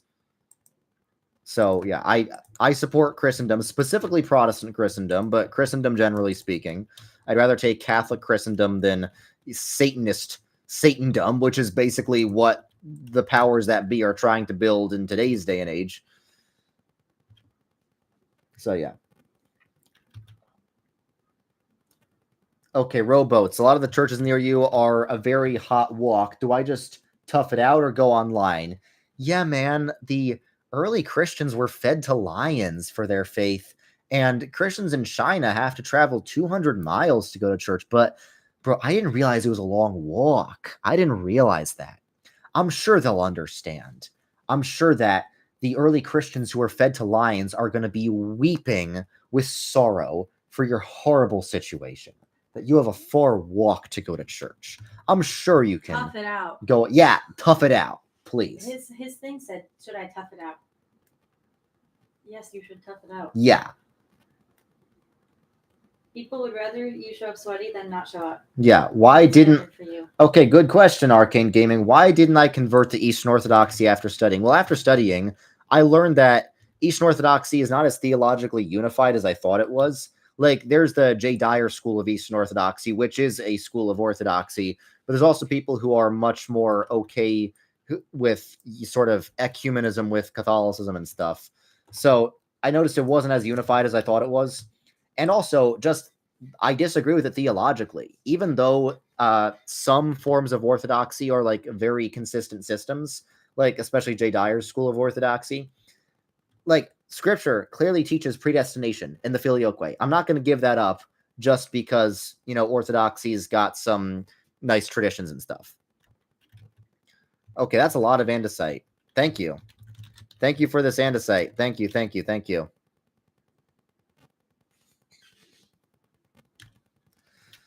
Okay. Orthodoxy has valid sacraments. I think they do, yeah, but that doesn't mean they're right. Okay, you think Catholicism and Orthodoxy should reunite. That tells me you're a Catholic because the romance between them is a one-way street. It's kind of funny how that works. Oh, someone gave me a sword called RZ's Ceiling Fan. I hope this was made in survival, not creative. Have ice cream then. It's Friday. It's movie night. Have ice cream. Okay. You can have that after dinner. You will go to the Lutheran church, even though you're more okay. Oh yeah, so the person who asked about dating advice earlier, have like a special movie night or something, and like keep the lights on. And honestly, okay. Here's where I disagree. If you're just getting to know someone, I wouldn't recommend a movie. No, I'm not saying getting to know somebody. I'm like, if you're deep in a relationship and you're like, Bradley. She said just like general stuff. So once you're married, make sure you have special nights together when you're married. Yeah, Bradley. Like, don't just be like, this is a business deal. Bradley. I would do a video with Alex O'Connor. He's like the most honest atheist online. He actually bought Richard Gallagher's book that I referenced in my video with the arguments against atheism. But even so, it's not like I can just request to do a video with any YouTuber I want.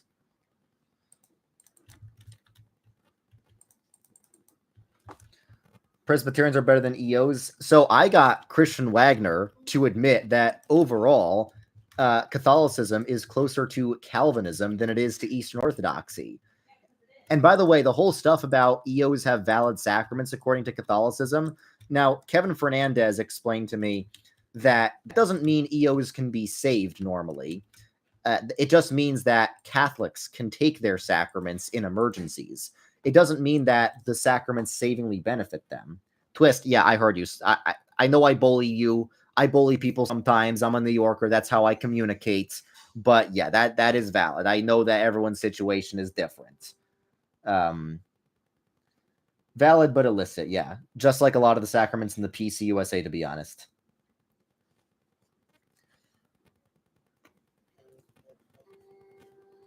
Okay. Why Presbyterian and not Dutch Reformed? There's no like strict reason I'm not Dutch Reformed. It's just that the Presbyterians actually did evangelism in America, whereas the Dutch Reformed just stuck to their small ethnic communities. So the Presbyterian Church is what found me, not the Dutch Reformed Church. They're basically theologically identical, but one of them actually spread across America. One of them huddled in like 3 communities in New Jersey, Michigan, and Iowa. So yeah, who wants to move to Iowa? Seriously. Yeah, nobody wants to move to Iowa, as my wife said. So even though I grew up in the most historically Dutch Reformed part of the country, in Hudson Valley, New York, it was the Presbyterian Church, not the Dutch Reformed Church, that found me. So, okay, Arcane Gaming, what is my view of baptismal regeneration? Good question. So, I believe baptism saves. I don't agree with the Lutheran or Roman Catholic idea that baptism saves for everyone, or that the moment it's administered. So that's why some people call Calvin's view baptismal efficacy rather than baptismal regeneration. But you could call it baptismal regeneration in some sense, just not the same version as the Catholic view. But that's a very good question. Thank you.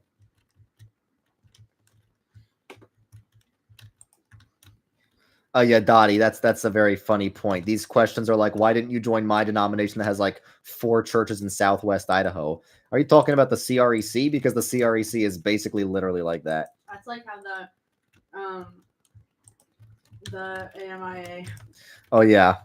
The Anglican church that literally has 13 congregations, and that's not even a joke. Yeah, the CREC like isn't even a denomination.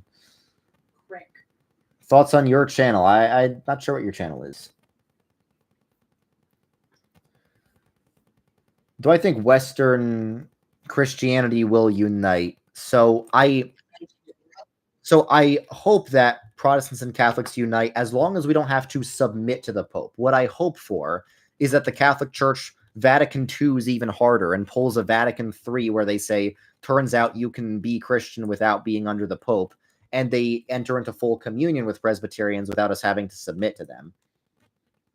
Why don't I clip these lives and use them as the videos for the week? I might do that, actually, especially for like shorts or whatever.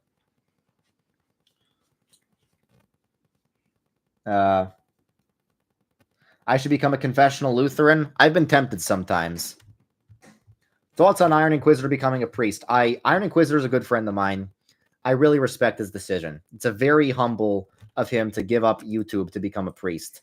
And look, even though I don't agree with Catholic priestly celibacy, I really respect anyone who can make that commitment for Christ. I'm entering the Presbyterian priesthood as a married man. At least I hope to. But yeah, but I really respect Catholic priests who do make that sacrifice. I don't think they should have to, but it is very respectable. So that's one of the areas I respect Catholicism, even though I don't agree with it.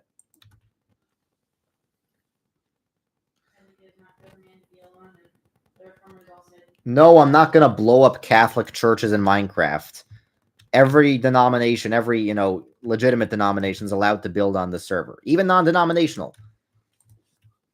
I let non-denoms build non-denom churches in Minecraft. The churches that non-denoms build on my Minecraft server look way better than any real-life non-denom church, but I still let them do it. I still let them pretend they have nice churches. Also, blowing things up is never the answer. Yeah. What's the biblical view on sacramental validity? Unless it's a firework and you're doing it safely. What's the biblical view on sacrament? Yeah. So I don't believe in this sort of high church idea that the validity of the sacraments depends on the priest being rightly ordained. I think the legality of the sacraments depends on that, but not the validity. I think you can have valid yet illicit sacraments, just like Catholics think with Eastern Orthodox sacraments. Thoughts on Doug Wilson on CNN? Well, I think Doug Wilson says some things I agree with, some things I don't. I just don't like that he's part of a schismatic LARP denomination. Thoughts on Jay Dyer? I think he's really smart, really funny, even though I don't agree with his theology. And maybe I'll debate him again someday after I'm done with seminary. I think Jay Dyer is very, very good at exposing the magisterial contradictions in Roman Catholicism and debunking the papacy. So I actually recommend Jay Dyer to some of my Protestant friends for that reason. Yeah, Catholics and Orthodox are good at debunking each other's claims to be the one true church. I should convert to Catholicism if Iron Inquisitor becomes the Pope. Yeah, I'm not going to convert just because my best friend becomes the Pope. Yeah, even if my best friend becomes but he is a really cool guy. Yeah, Peter does have the keys. You know who else has the keys? My dad. Every bishop of the church has the keys. And every elder of the church is a bishop.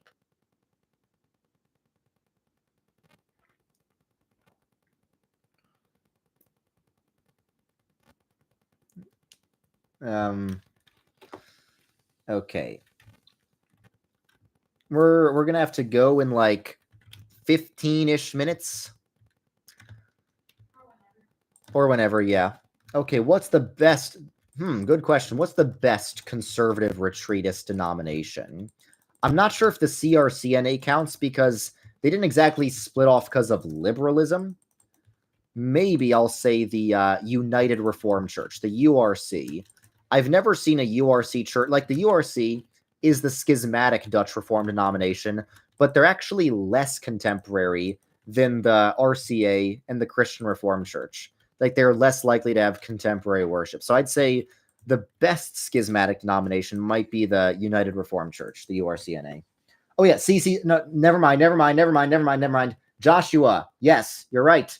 The CCCC, that's the best conservative schismatic denomination. I'm not sure if you can even call them schismatic. I'm not sure if they actually schismed from anyone or if they just were like a remnant denomination. Yeah, the CCCC will give you some of the only good churches in like New England. Somebody asked Zoomer why he never changes the toilet paper roll. It was almost done. Oh, they schismed from the UCC. Okay, never mind. But they still are probably the CCCC or the URC is probably the best conservative schismatics. Why am I not United Church of Christ? It's tempting, man. The first reason is that there is literally no UCC churches where I am right now. It's not like a universal denomination like Presbys are. It is my second choice. If I get kicked out of the PCUSA, which I won't, but if I do, yeah. I went to Jake Dell's church, and he's a real live Puritan today. He's insanely based. He convinced my wife of Traducianism. And yeah, so I really like the UCC. Why didn't I change the toilet paper roll? Because there was still a bit of toilet paper left. No, there wasn't. Yes, there was. Yes, there was. It was like 1 square. 1 square is still toilet paper. Use it. I didn't need to. 1 square is still toilet paper. Yeah, well, I don't think you ever changed it when there wasn't any squares. Yeah, but this time I'm innocent. I don't know about that. Yes, I am. There was still toilet paper there. Not. Oh my goodness. Okay. Why exactly? The kind that gets completely shredded when you try to pull it off. It's still toilet paper. No, it's not. That's not good. Okay. Long arm pop bop. Did you mine this andesite in survival? I don't want to use like illegal items. Just not at me. Did you mine this andesite in survival? Yes. No. Can you hear me? Okay, so yes, let's go. Everyone, give it up for Long Arm Pop Bop. Thank you, thank you. I didn't realize I could use servant labor to build my church. That's very convenient. It's voluntary. It's voluntary because... yeah. Okay, why exactly did the PCA split? So... there were a lot of reasons. One of them is the PCA was triggered about there were not any good reasons, though. One of the reasons was the PCA was triggered that the Southern Church supported civil rights. A lot of the founders of the PCA were segregationists, and you can know this is true because the PCA officially publicly repented of that in 20-something. But another reason is that the main reason is the PCA did not want the Southern Church to unite with the Northern Church. Now, the leader of the conservatives in the Southern Church was Nelson Bell. And even though he agreed with all the conservative things, he called the PCA a bunch of crazy schismatics. Okay, what's the worst retreatist denomination?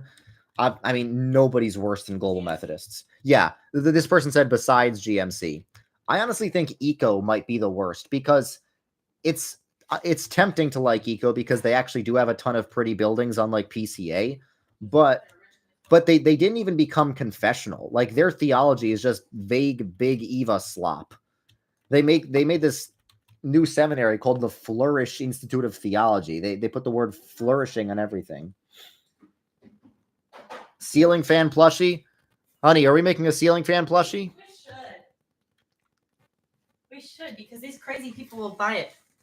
Yeah. I haven't heard in memoriam of the ceiling fan. I'm going to build a ceiling fan in my church. Okay.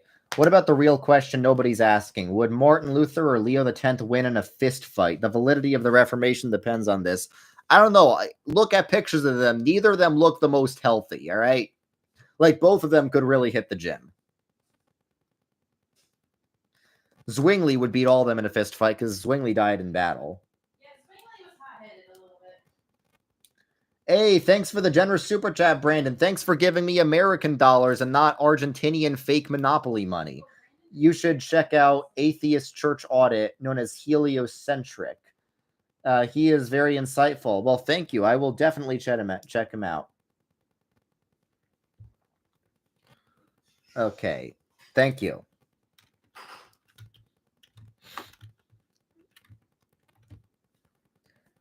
My server backs up every day, by the way, automatically. I've only had to use backups a few times, but yeah. Well, there are other people funding. Okay, I appreciate all the gifts, guys. I don't need, all of this, but I appreciate it. Okay, now it looks like I can actually get to work on some of these windows. I wasn't expecting to finish these, but I think I'm actually done with like the frames of the windows here. I love how the progress on St. Athanasius's church is like so slow. Honestly, John Calvin was very sickly. John Calvin was not in great health, but he wasn't like the fat type of unhealthy. He was the skinny type of unhealthy. Calvin had like disease and stuff. True. What do I think of the Amish way of life? Well, if I say something bad about the Amish are the one group of people, they're the one denomination that's not going to be angry in my comment section when I criticize them.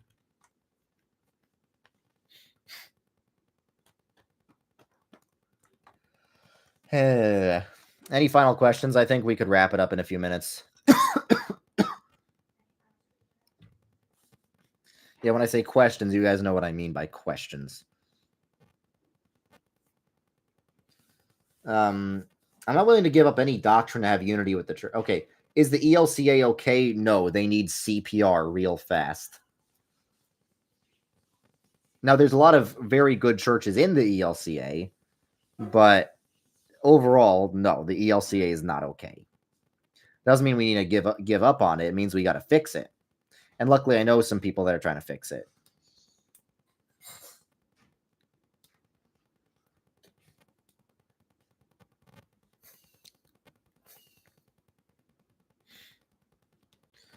Okay. Any final questions? Oh, you're preparing a sermon for tomorrow. You're talking about Jonah 1. Any suggestions? I think something my RUF pastor told me about Jonah in general is that the well, I would just mention first of all that Tarshish is Spain. Yes, Spain is mentioned in the Old Testament, if you can believe it. And also mention that like Tarshish is like the farthest place you could go. But yeah. Why? Okay, Martin Luther says, why is Mormonism based? It's not. Mormonism, like I criticize Catholicism and Eastern Orthodoxy and evangelicalism. All those things are Christianity. Mormonism is not Christianity. If you are Mormon, you will not be saved. I can't say that absolutely certain. I don't know people's hearts, but generally we have to assume that somebody who is not Christian is not saved. Mormons are not Christian, so you can work out the logic for yourself. It's like if someone's Catholic, someone's Eastern Orthodox, I'll disagree with their theology. I don't fear for their salvation like I do with Mormons. So yeah, do not be Mormon.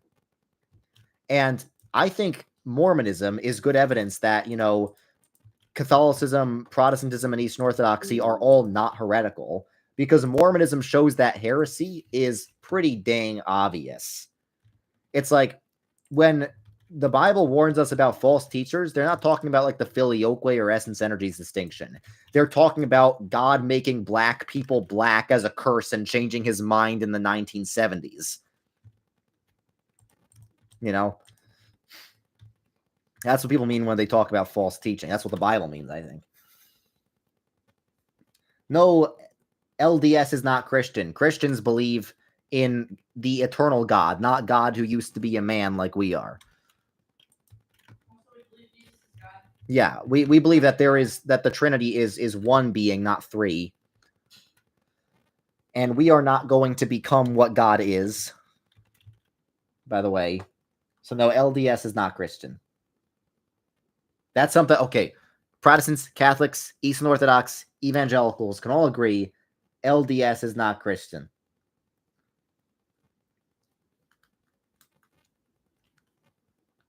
LDS, more like LBS. Ooh, got him. Okay, Calvin was French, therefore Calvinism is false. Yeah, that's the one argument against Calvinism that I can't refute. I guess it's time to become Orthodox. Bussin, I'm not or ignoring your question because you write it too much. I'm ignoring your question because I have better questions to answer, ones that paid me. If you pay me, I might answer your question. Who told you that questions were free? Nothing's free in this world. Yeah, Calvin was French. That's proof Calvinism is false.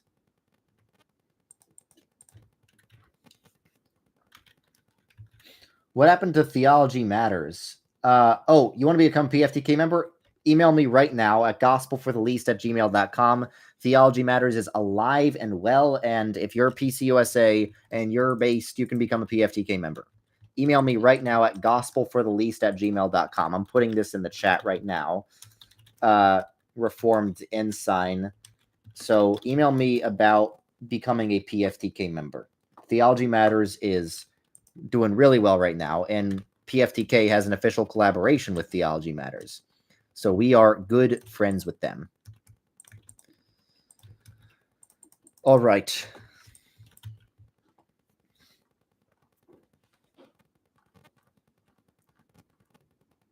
Conservative offshoot son or non-denom daughter. I guess conservative offshoot better than non-denom. Thoughts on tongue. What is that? Are there different forms of Presbyterian? Yeah, there's the real one, PCUSA, and the offshoots.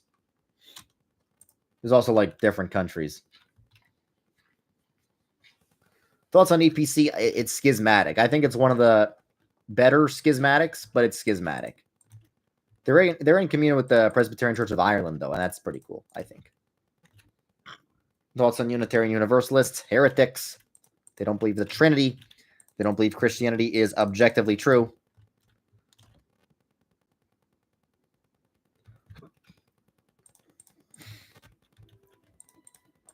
All right. Any final questions before? Thoughts on Charlie Kirk? I don't listen to him that much. I think he used to be more cringe, and now he's becoming a bit more based. But I think I don't like any person who thinks they're defending Protestantism when they're really just defending evangelicalism. And I think he sort of fits the bill there. Are you a heresy? Because you got the only hair I see. Oh, that's kind of funny, honestly. You get a little bit of funny points for that one. Okay, I'm going to put in some of the glass here. And okay, once I'm done putting in the glass in these windows, then we can call it a day.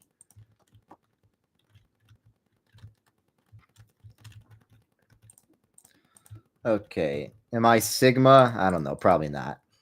Am I a communist? No. Should you stay EPC or go ELCA? Well, ELCA is mainline and EPC is not. So I'd say go ELCA if you can find a good one. Okay. Will I do these streams in heaven? No. Nothing unclean can enter heaven, and my streams are filled with brain rot. Thoughts on Christian dating? It should be for the purpose of marriage and not for the purpose of just having fun. Is LCMS based? Yes, extremely based. It's the last holdout of magisterial Protestantism, like, conservative magisterial Protestantism in America. Should we support private over public schools? That's a good question, because the public schools used to be really based when Calvinists were running the show. Like my old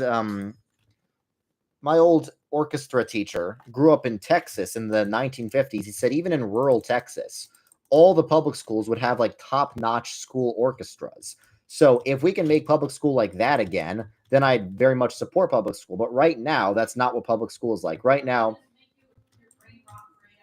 public school is where elementary school teachers tell kids about their sex lives. So, it's gotten a lot worse than when I was in public school. Like, I went to 13 years of public school, and it wasn't that bad for most of it. It was only really high school that the woke propaganda really reached my school. But, yeah, I think that's a decision you have to make. When I go there, how do I tell if the Lutheran church near me is any good? Go there and see how it is. You can't really know. I mean, you could look on their website for any red flags, and by red flags, I mean rainbow flags. But just go. Come and see. Just like Christ said, come and see. What's the most high church Presbyterian tradition? I think, honestly, the PCUSA is the most high church Presbyterians. At least, like, northern Presbyterians are more high church than southern ones, at least. Thoughts on Abraham Kuyper? I think he's very based. Abraham Kuyper, Wilhelmius van Dijper. Any final questions before we go out? Because I just finished putting in the glass to all these windows. So we're just about done. But I'm wondering if you guys have any final questions? Any final super chats? Because that's going to keep me here. Because I like money. I don't just do it for the money, but it is a factor. Let's be honest. I am honest. Any conservative PCOSA nice buildings in Cleveland? Yeah, Cleveland's not the best area. Cincinnati's great. Check the map. I don't know of any, but just because I don't know of any doesn't mean there aren't any. There are often good ones I don't know about.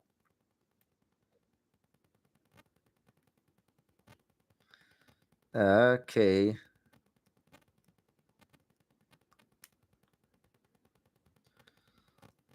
Next question. Are you going to private school your kids? I don't know what I'm going to do, honestly. We're going to have to see what the situation is. Like, ideally, Calvinists would just run the public schools. But, yeah. Do Oriental Orthodox believe non-Oriental Orthodox are saved? It's just like with Catholics and Eastern Orthodox. Traditionally, no, but in modern times, they try and soften that. Okay, what if God damned you to be one of the reprobate? Well, you don't know who is elect or reprobate. If you believe in Jesus, you will be saved. That promise applies to everyone. Yes, Covenant First Cincinnati. Covenant First. All right, well, that's about it for today. Did you guys enjoy this live stream? Do you guys like the Minecraft live streams? Do you guys like the Minecraft live Q&As? Yes, no? Do you guys think I should keep doing it like this? Yes. Looks like Ben W's a bit of a naysayer here, but most of you guys seem to like it. Oh, thoughts on Joel Webbin stirring things up? I talked to him once, and I have had some on and off disputes with him, but I don't want to engage in internet drama if I don't have to. So, yeah. Thanks for watching this video, and I will see you guys later. Have a good one.